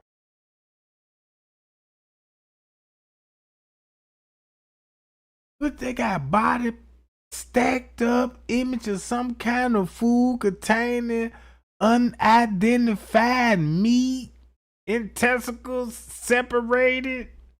The end of the film played a sideshow showing the perpetrator with his face partially sealed with a blue surgical mask, holding the victim's severed head with a selfie with multiple angle shots of the victim's several body parts.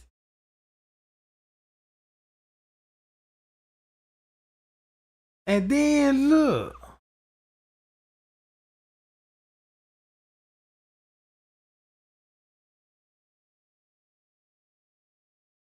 So the dude even showing this shit.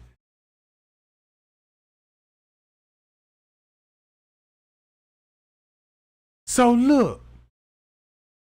So when I went up to the Kenneka, right? In the beginning, they said they wanted her adrenochrome.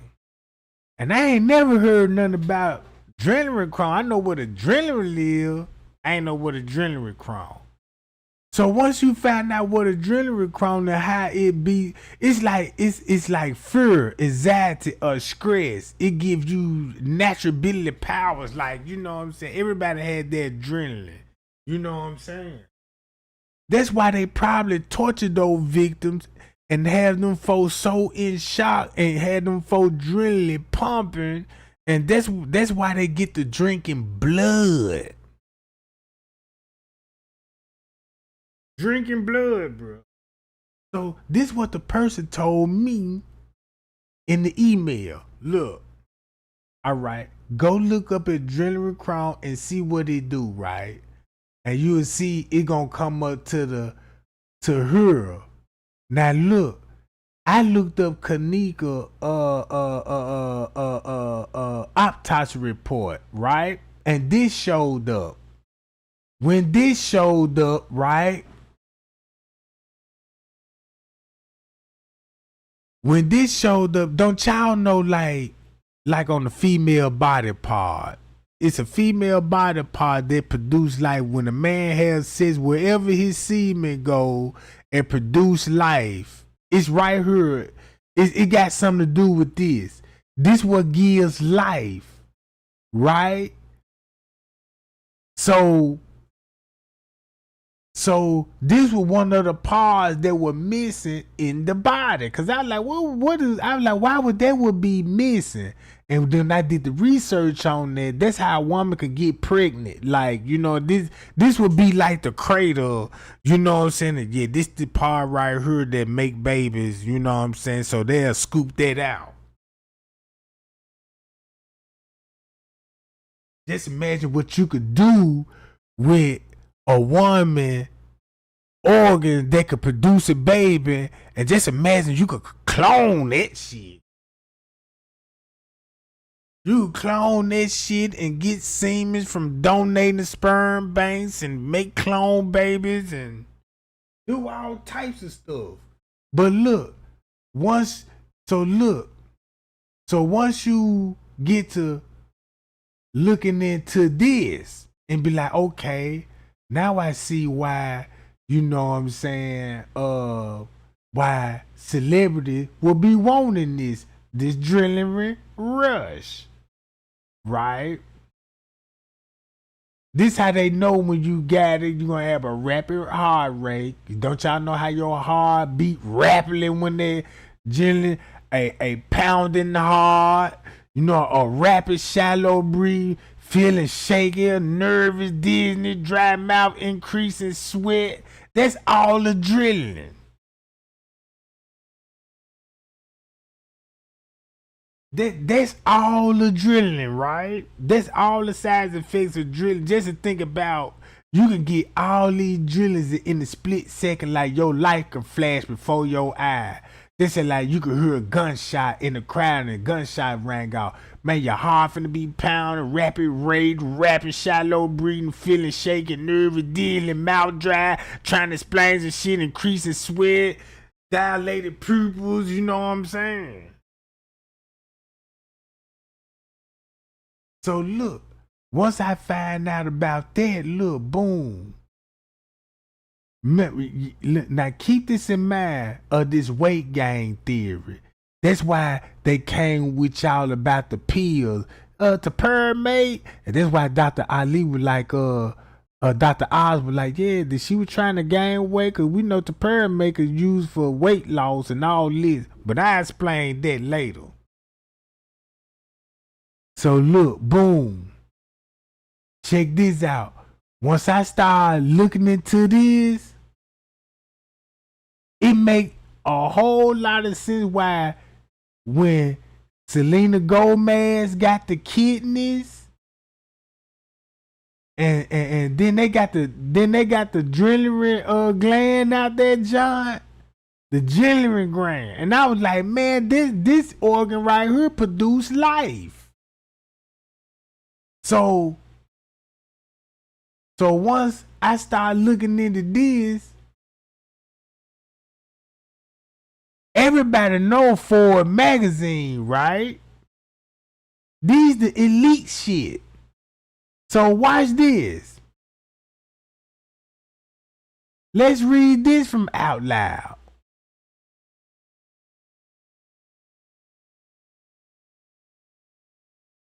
The adrenochrome conspiracy, a bizarre theory with anti-Semitic roots, posits that Satan-worshipping global and Hollywood elites run a massive child trafficking ring to drain their blood and harvest the chemical adrenochrome to stay young, and has been embraced by subscribers of the QAnon and Pizzagate conspiracy movements. Once again, it go back to the Pizzagate, the Clinton administration, the Epstein, Donald Trump, all of that shit, bruh. It go back to all of that shit, cause I was like, no wonder why King Raw was naming all of these people, and I'm like, well, why these people got anything to do with this little black girl teen from the west side of Chicago? Look. Movements, including key people affiliated with the recent hit movie The Sound of Freedom. Protester holds a No More Adrenochrome sign at a St. Paul, Minnesota Save Our Children rally. No wonder why King Raw would know so much about this adrenochrome shit. They in this hometown in St. Paul, Minnesota, where they throwing the rallies at.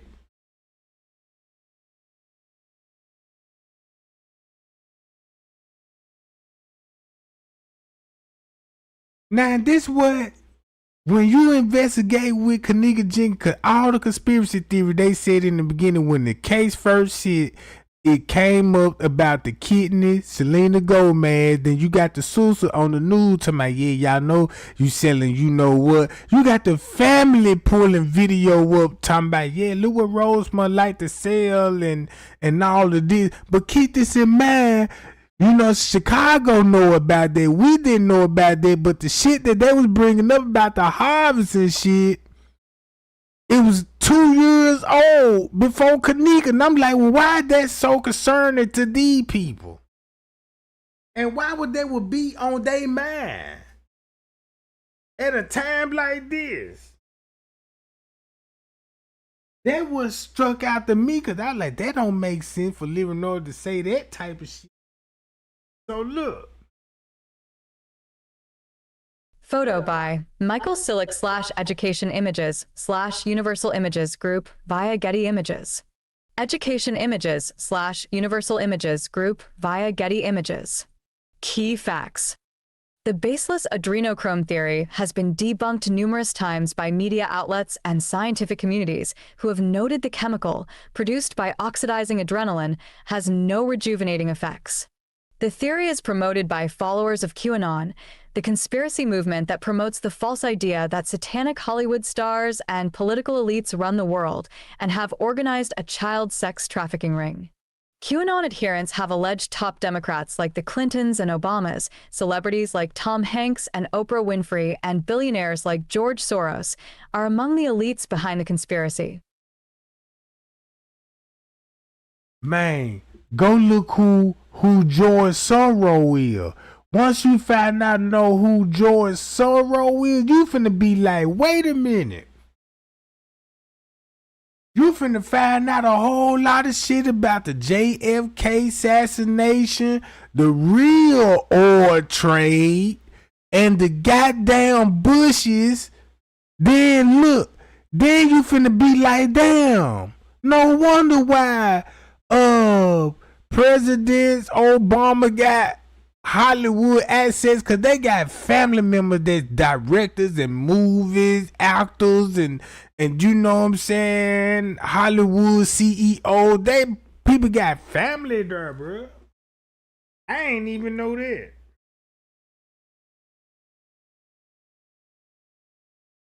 They're just like, I ain't even know Marilyn Monroe was some kin to the Bushes.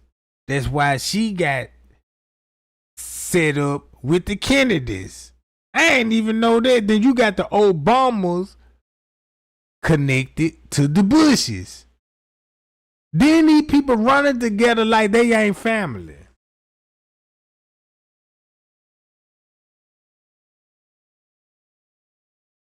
Conspiracy. The adrenochrome theory has developed on social media over the past decade but spiked in 2020, primarily because of the COVID-19 lockdown in which celebrities posted pictures and videos of themselves from home, not looking glammed up as usual, leading conspiracy theorists to allege these celebrities were suffering from adrenochrome withdrawals. Even Cat Williams said that about how COVID-19 hit. Cause look, Cat Williams said this out his own mouth. He said, yeah, when that COVID-19 hit, yeah, y'all think it's a goddamn virus going down, but really it was a shortage of blood supplies, and the celebrities couldn't get their goddamn daily dolly fix, so them motherfuckers started looking older than what they supposed to been looking. Go back to Cat Williams when he was talking about COVID-19. Is in one of those COVID-19 Johns. It's a joke. So I was like, damn, Cat one line then when they was like, damn, it was a shortage of COVID-19. That's why they want everybody to put their masks on. You got to wear a mask. Now this is disease, and they telling everybody just wear a $2 mask, not even a 50-cent mask. And this can protect you.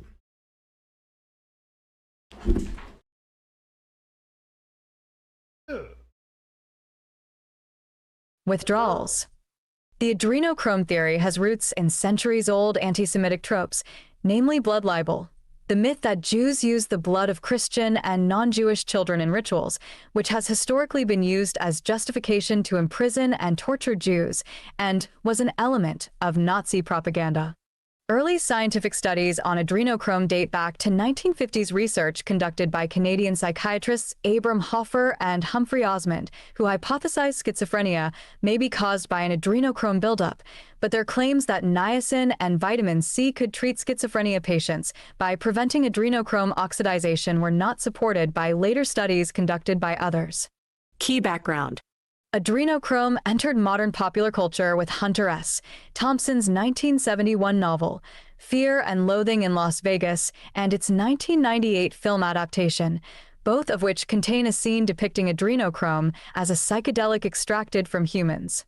A clip of the adrenochrome extraction scene has garnered more than 3 million views on YouTube, with some comments linking the scene to the adrenochrome conspiracy theory. Like other modern conspiracy theories, the adrenochrome blood harvesting theory has proliferated on social media. Some of the earliest known posts about the adrenochrome theory date back to 2013 on 4chan, the controversial social platform that also served as the birthplace of the QAnon movement. Some posts and videos shared on 4chan claiming to serve as evidence of the adrenochrome theory were explicitly anti-Semitic, invoking the blood harvesting as a Jewish ritual. As the Pizzagate conspiracy theory, which falsely alleged the Clintons and other Democrats used a pizzeria in Washington, D.C. as a location for child sex trafficking, picked up steam in 2015 and 2016, and the QAnon movement emerged in 2017. These theories adopted the adrenochrome theory on 4chan. Now look, everybody go to Washington, D.C. and look at this name, Pizzeria. Guess who owned the pizzeria? Politicians.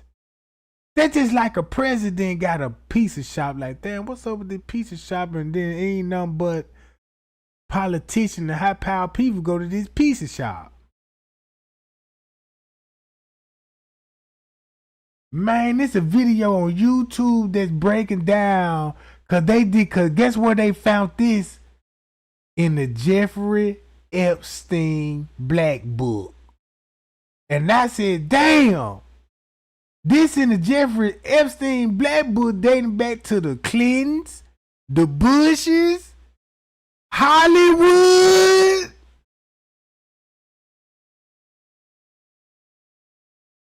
For Chan, Wired reported, adrenochrome theories continue to run rampant on social media, including a bizarre claim that the children's film, Monsters Incorporated, in which the monsters extract screams from children for energy, is an allegory for adrenochrome harvesting.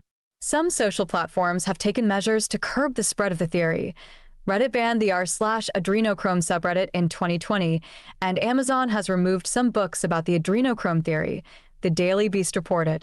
Searches of adrenochrome on Twitter, however, still yield plenty of results promoting the conspiracy. Newspeg. Internet searches for adrenochrome are trending upwards as of the first week of July, reaching the highest level of interest on Google since August 2020, according to Google Trends. Some recent notable proponents of the adrenochrome theory include former government agent Tim Ballard and actor Jim Caviezel, both of whom are linked to the box office hit, The Sound of Freedom. Though Angel Studios, the film's distributor, denies any connection to conspiracy theories or politics, both Ballard and Caviezel have defended the adrenochrome harvesting theory in recent interviews. Come on, man. That's crazy. That's just like when people snitching on you, be like, man, look, them folks in the rituals and adrenochrome, and you got the same people like, oh, man, this conspiracy theories, you know what I'm saying, man, nothing is real. And people be like, well, yeah, that makes sense. Let's carry on. Interviews.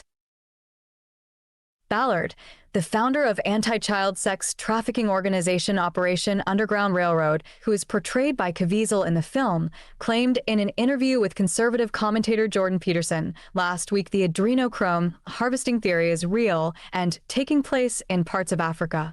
Caviezel, who has spoken at several QAnon events, defended the adrenochrome theory on the right-wing podcast, The Charlie Kirk Show, on July 11th, stating the compound is extracted after torturing little children. Promoted.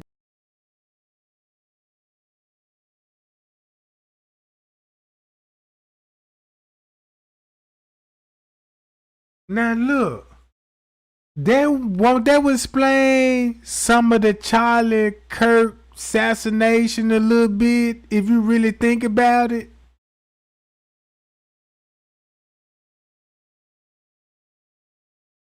You see what I'm saying? What if Charlie Kirk found out about these people and this stuff they got going on? I'm just saying, Charlie Kirk got assassinated. All right, and you had some speakers. Was they talking about this Drillering Chrome? When he get assassinated, woo-wee! Gee, he just recently got assassinated not too long ago.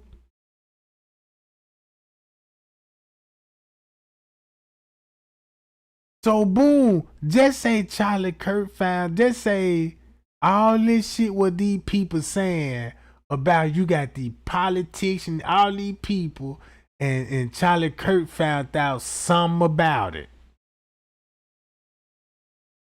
Oh, get him out of here. Cause I can't see nobody just shooting that man talking about no transgenders and the religions, and you know what I'm saying?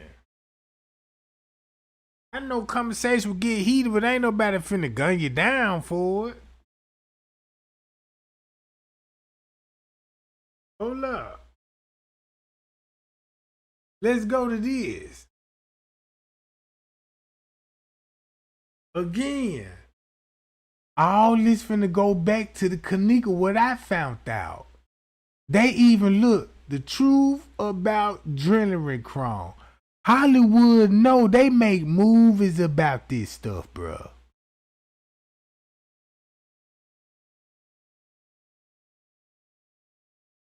Now, if you defer a loafing in Las Vegas, now you see how I go back to Las Vegas and think about when this shit linked back to Kenneka Jenkins in the Las Vegas connection? All right. So go look that movie up and then look.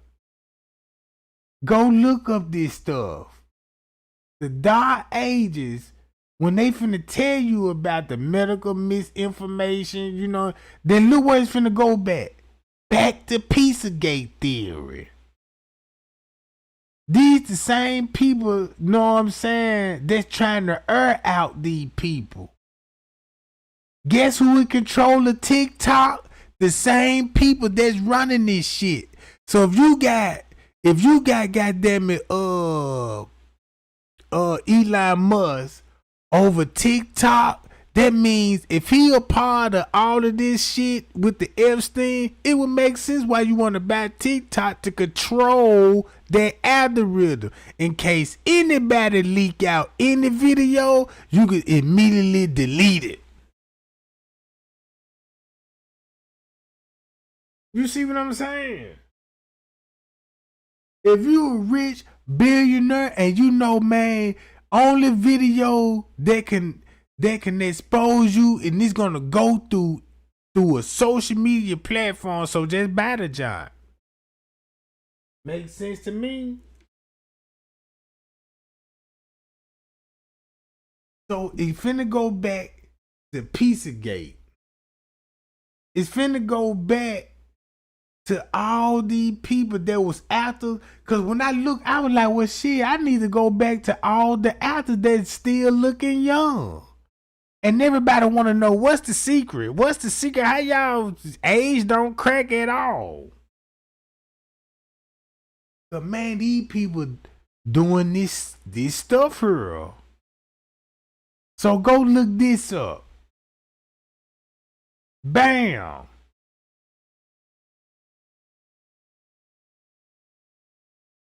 Now look, the Drillering Chrome.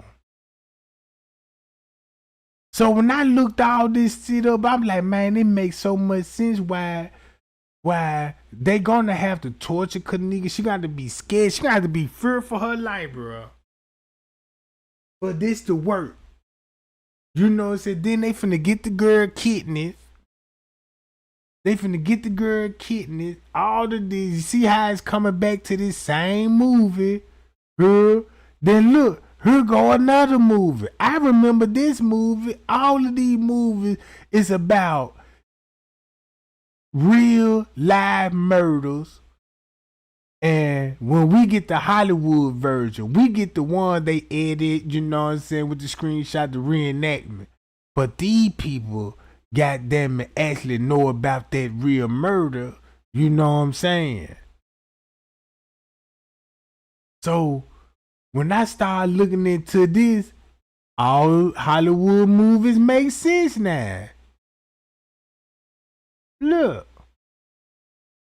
It just bothered me that you could have people out here be like, hey y'all, this is what Hollywood is all about. And Hollywood could come out and respond with a documentary.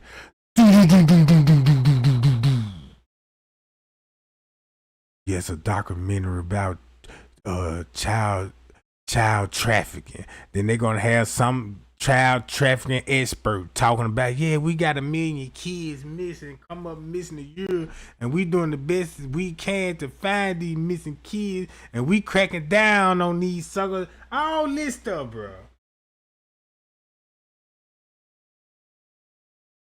Look. So when you go to Pizzagate, once you go to Pizzagate, tied right back to who? The Clinton family. Then it's finna tie back to emails from WikiLeaks through social media, through a private server that when Donald Trump told Hillary Clinton, yeah, when I expose your email, you'll be in jail. So Donald Trump was already know what were those emails about, and it's a lot to do with kids. Just like he got a lot to do with kids. It's just like shit. You say I smoke crack, you smoke crack too. We both got crack pipes.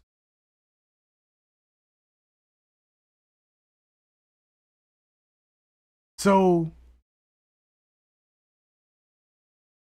Pizzagate is known for doing ritual murders. That's what Kenneka went to. That's what happened to Kenneka.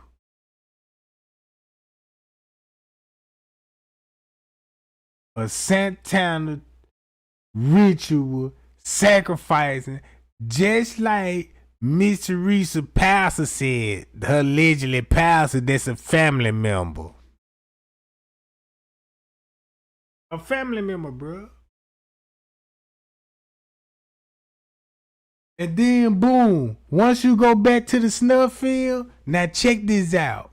Once I show you who be releasing most of these snuff films, guess who it go back to? The same goddamn people that was in the hotel room, works and act and play for these people for a living. Zillionaires, a security guard, that goddamn lady name, what's that lady name? We're talking about the Antonio and Vet Evans, that little red little chick. Jedediah, all on the goddamn dating shows. You know, then you got the pastor, all that judge met through court, suing somebody. Then you got all these people want to be rappers and singers and shit.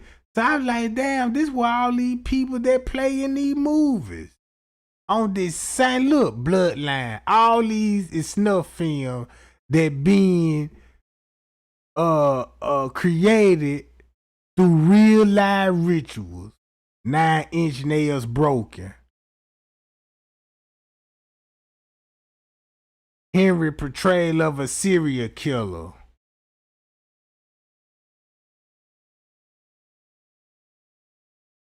I remember that movie Strange Days.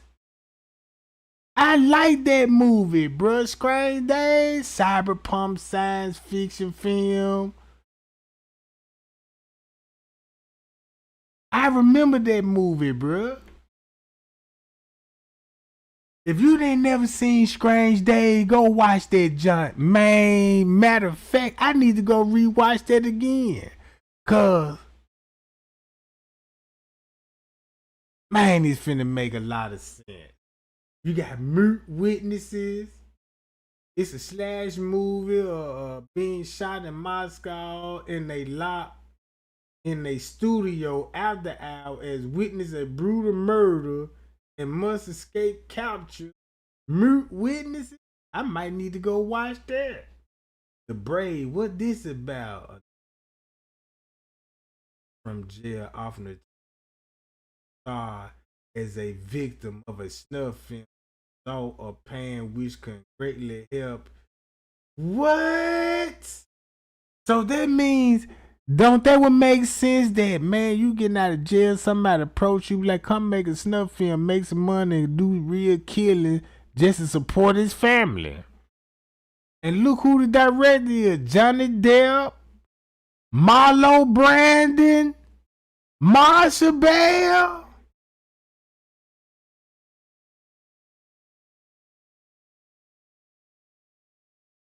A private investigator is hired to discover if a snuff film is authentic or not. Come on, man.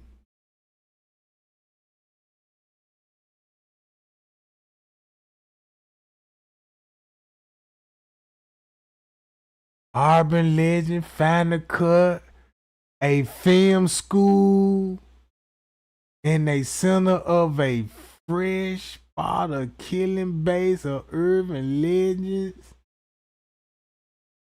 John Audit, man. That sounds, man, what the hell? August Underground, 2 serial killers go on a murder rampage at one film outcome behind a video camera. My Little Eyes. 5 people, $1 million spent in 6 months together in an isolated mansion with cameras watching their every move. 5 people offer $1 million to spend 6 months together in an isolated mansion?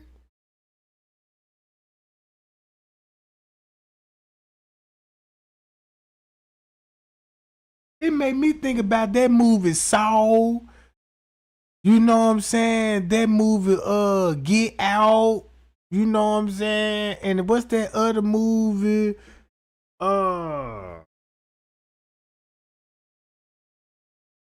Hostel. Makes me think about this stuff.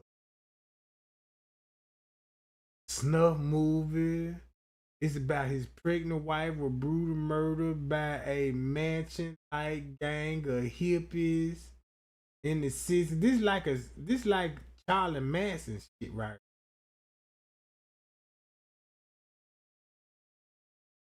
Yeah.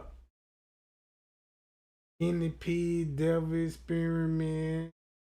A brutal torture a young girl to the point of piercing her and untraceable FBI.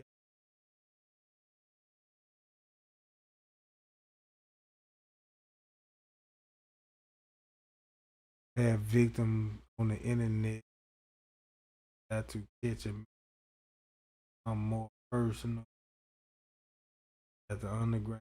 And 2 friends been alone, a new corner to go killing spree. You got a porn star agreed to the art film in order to clean break from business, only to discover that he has been drafted into making a pedophile and turn them into snuff films.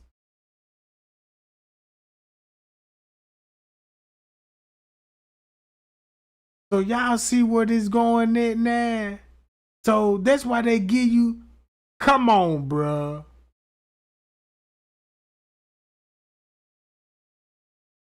Why? Look.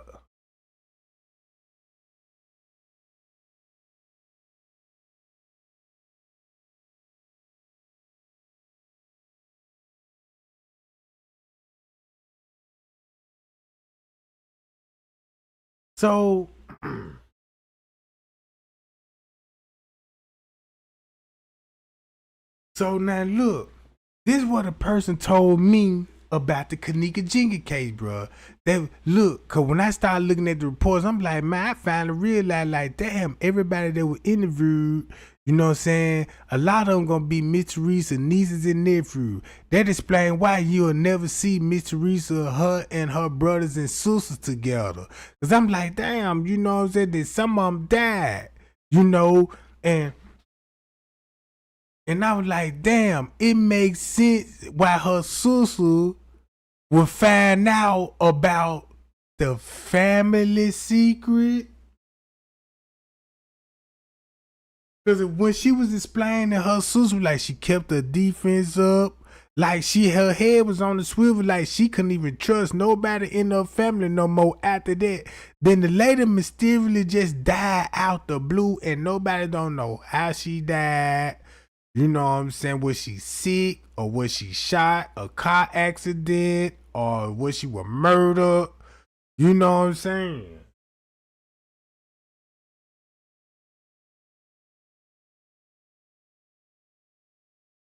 It will understand why Jay Money would have to die. Miss Teresa was like, yeah, man, she done lost a lot of. Don't y'all know Miss Teresa got a brother named Bruce Jenkins, and he work at a hotel, and he a sous chef. So that means when you saw Miss Teresa and her family there, some of them could be mothers of the kids that was there in the room that night.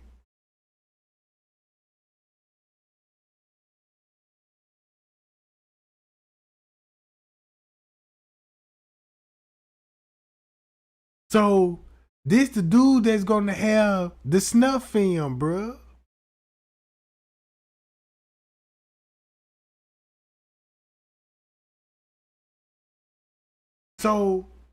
So he gonna be the movie director. It would make sense why he had to come and show his face with Jedediah in them, because he got a video.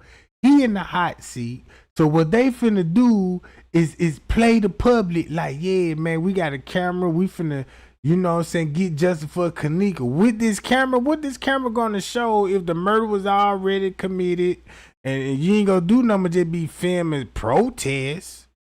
Yeah, I don't see him nowhere near Miss Teresa. Cause I'm like, why Miss Teresa would keep her distance away from him? It makes sense now. And that's why everybody look, cause the person told me like this, they were like, man, Trey Gang, when you go back to Joel Coleman, they were like, look, Joel Coleman was there. When they were talking about, look, that's Joel Coleman on the foot. Thumb me up, check this out. Y'all remember when they was pointing out, this was Straight Dropping them did. Straight Dropping them were pointing out Joel Coleman on the foot. Thumb me up if you remember that when no YouTuber brought Joel Coleman over. Like, yeah, they go Joel Coleman right there on the footage. Then you got Gina McGill talking about, yeah, Joel Coleman, he was there. He was there that night. He's going to be there. But that ain't Joel Coleman that you see on the footage. It's him. It was him the whole time, bruh, on the footage.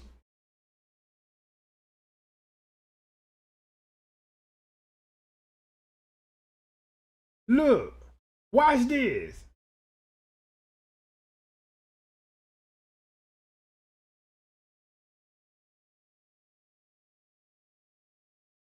I'm finna show it to you.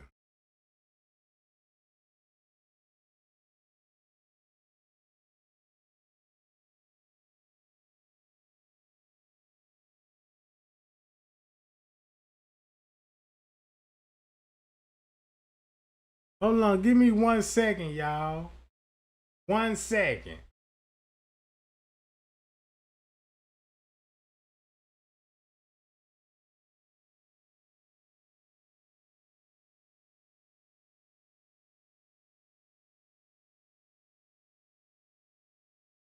It was him on the footage.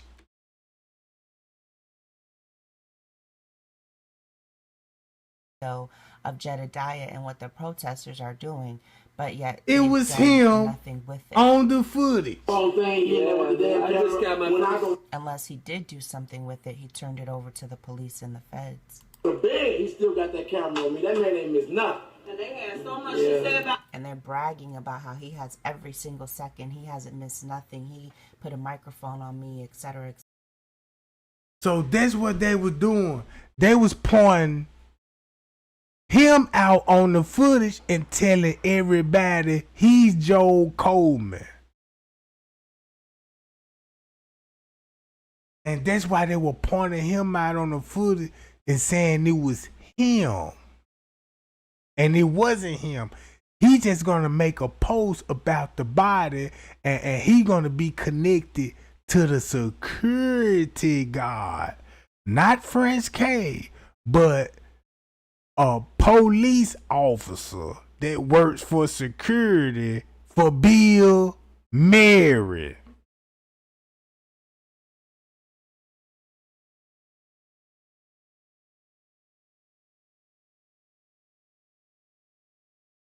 So this what the person told me was like, look, that's why Kenneka is on the video game. Check, do this make sense now, y'all?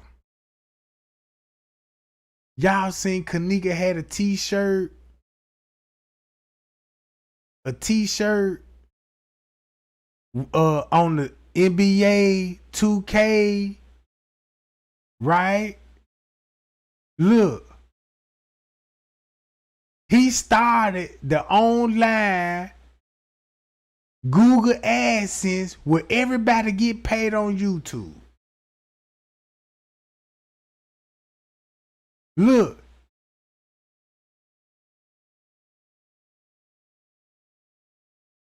He started this multi-gaming website, card game, board game, bridge, deckers, you know what I'm saying? All of this shit, bro. That's why she was on the NBA 2K game.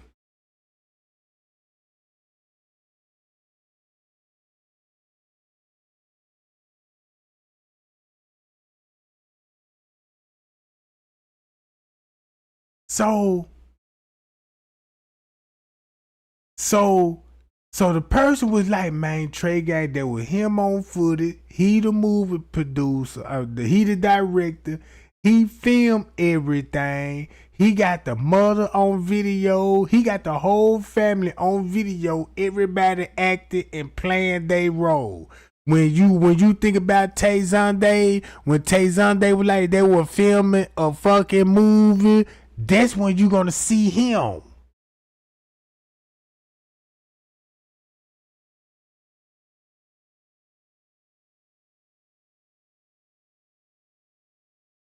So that's how she would be getting on the NBA 2K, because he got his hand tied into the gaming system. To the gaming system. So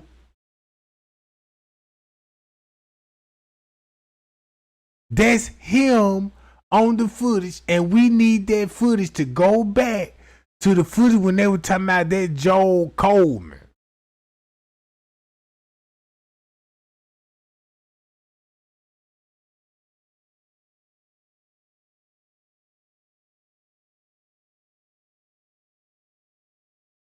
So watch this. You can watch and one of these videos when he go back to the police paperwork, just say like this right here. 4K. All this is Miss Teresa, nieces and nephews. Boom. Let's go to 1 o'clock. Uh-oh. Cause once you get the time right on her, once you get the time right,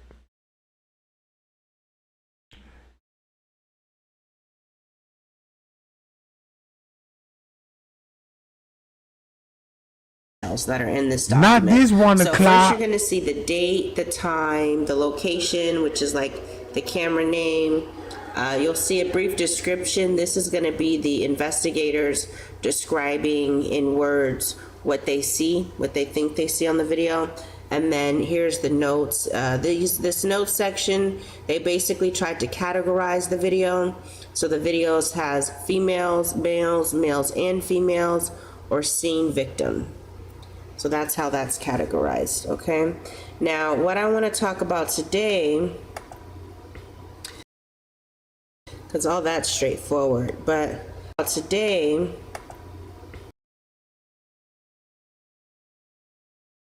now look what she finna go straight to, and now since we know this is 116, now you see why they got this highlighted in red dealing with Kenneka. At 116. because all that's straightforward, but there's another tricky categorizing they're doing, and as you can see here, main lobby is in pink, okay? This is page 1, and I'm going to go to page 2, and you're going to see that they randomly have these other entries in pink. So when you go to straight drop narrative, did it happen at 130 or 150? Well, look at 150. A large group combined both male, female entered the North house and some head, and one female subject is being hugged by another female subject, compared not to be Kenneka. That's gonna be at 150. Guess who you're gonna see in the parking lot at 150? Well, who will be in the area at 150? And guess what? This is going to be going down right by the main lobby. So 152, 155, 157 to 2 o'clock. Read this. 202, 219, 226.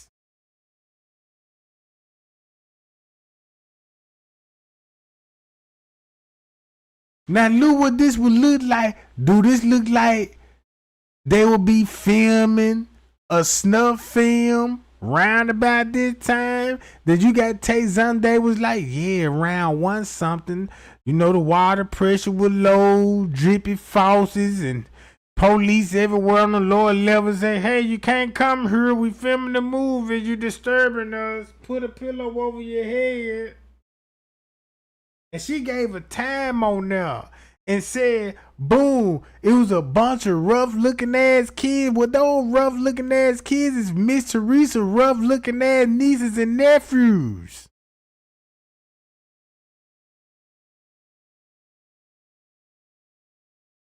Miss Teresa is busted once you find out, damn, Miss Teresa, your nephew booked the room. Are you still gonna go with the Shaniqua Walking case of booking the room with a fraudulent credit card and don't want to mention the gay dude? So look, check all this out. When Miss Reese said she got the call at 4:34, you think these people were interested in calling and let Miss Reese if they was at 4 something? Look what 4 something will be showing. Come on, bro. This right at 2 something.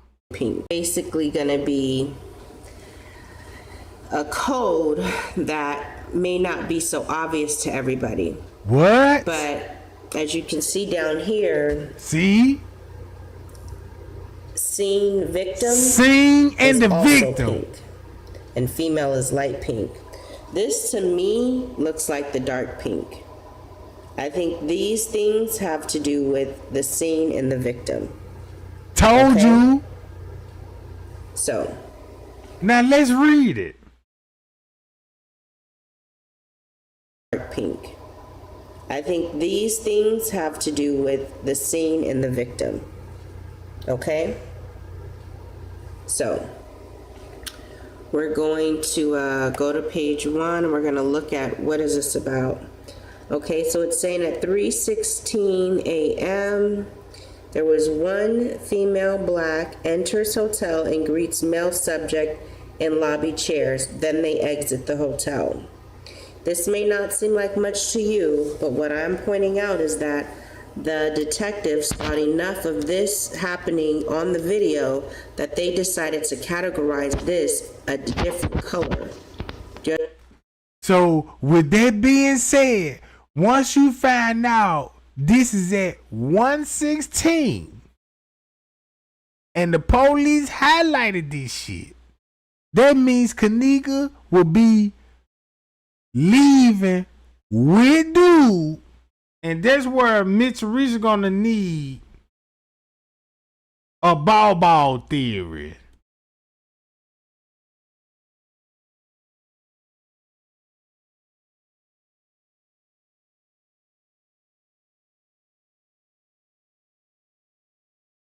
At one time,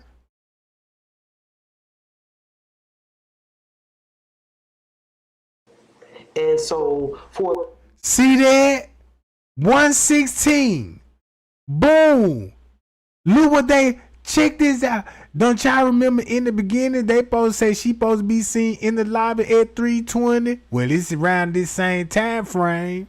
So the real truth was she gonna be in that lobby at 1:20, meeting up with a dude and not drunk staggering in no fucking video and walking past the front desk and going to a freezer.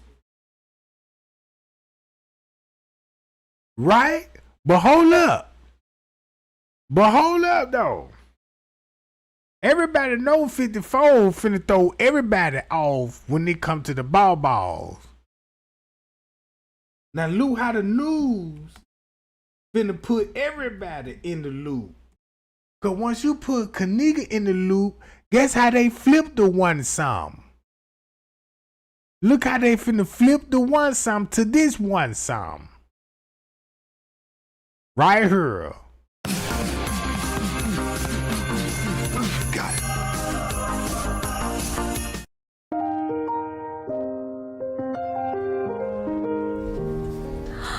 It's not all. Also breaking tonight, hours of new video are released revealing more about a woman found dead at Crown Plaza Hotel early. Now, they gonna show you this and say this at one some. That's crazy. Show her fit the narrative like, yeah, just show she coming in Satisfied with the theory that she walked into the freezer on her own. Yep. Surveillance video shows Kenneka Jenkins walking with friends at the Crown Plaza Hotel early Saturday morning. We see her a few hours later by herself. At one point, she stumbles out of an elevator. Later, she repeatedly hits the wall walking down this hallway. Another camera catches her running into a stairwell and then catching her fall. Video time codes appear to show Kenneka roaming the hotel for over an hour. Told you. Now look. So that's why you got two time stamps on the goddamn video to throw you off. But this is at one some. So you supposed to start from her one some. Cause all thing they doing with Kenneka walked out that lobby with dude, they try to follow up with this, like this make it look like she left with dude. He probably drugged her. She came back in and went in the freezer, want to cool off and shit.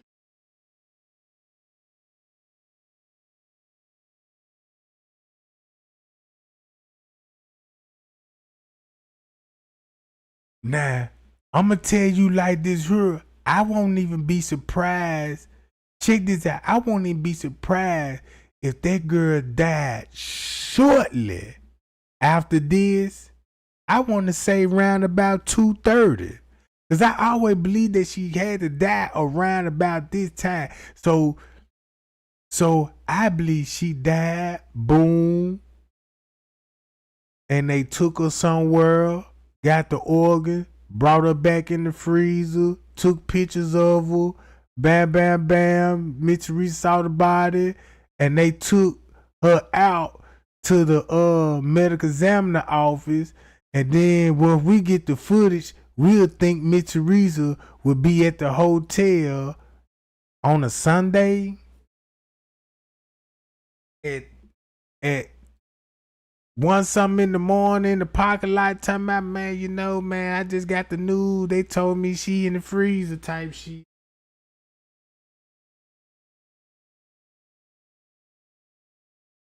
And then look, it makes you think when it come to the clothes.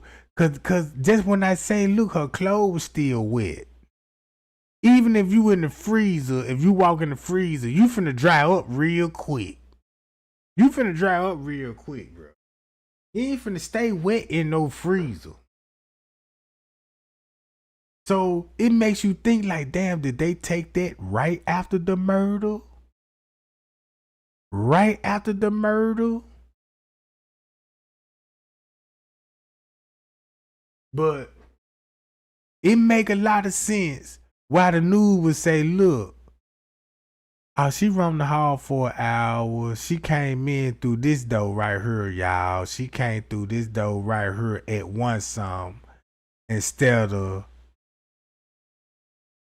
showing her in the front of that motherfucker. This right here. So they all, this one thing Miss Teresa can agree, that she told the world her daughter was in that lobby and they showed her a photo. Miss Teresa told the world she got a photo, not surveillance footage, but a photo of her in the lobby, but no surveillance footage. So now you know Miss Teresa in the hotel in the Rosemont had to cover up with this part. All right, we'd agree to show this at 3:16 since Leonora already editing video her and Miss Teresa talking about, yeah, we got video that's at 2:40. Yeah, that's at 2:30. We got 5 more video. She's still in the room.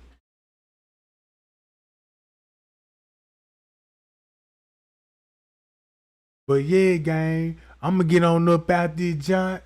I just want to show y'all, man. Look, man, these people, man, I ain't even through talking about it yet, cause I actually see it now.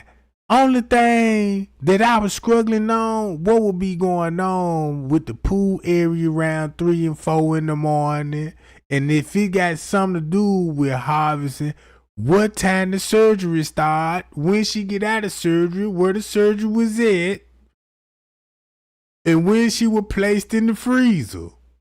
You see what I'm saying? I was struggling with that, but man, the information that I got, bro, it's just really so simple.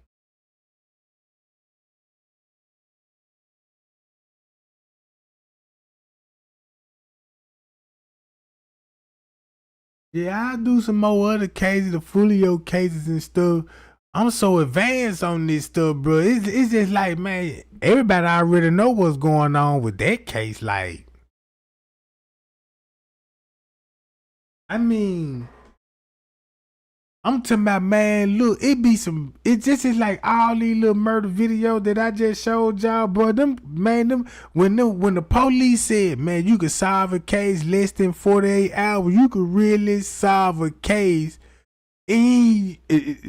Man, you can solve a case down there just a couple of minutes on the scene. You just need to gather evidence. You know what I'm saying? But yeah, I'm gonna get on up out of here, man. Trey Gang love y'all, man. Y'all be cool and y'all be safe. And I'm gonna go live tomorrow and just to let everybody know, man. Look, 54. It explained why 54 working with the family because they was all some kin and they had to help. You know what I'm saying? Convince everybody this not Kenneka and this is not one something. So they're gonna stick with the 3 o'clock narrative, cause what will be going on from 2? What will be going on from 2 to 3 o'clock? That's 2 hours. But what they did, guess what they had us doing? Chasing this girl around the hotel.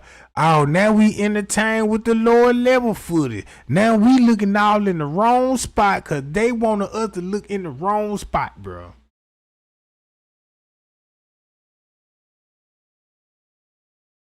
You know what I'm saying?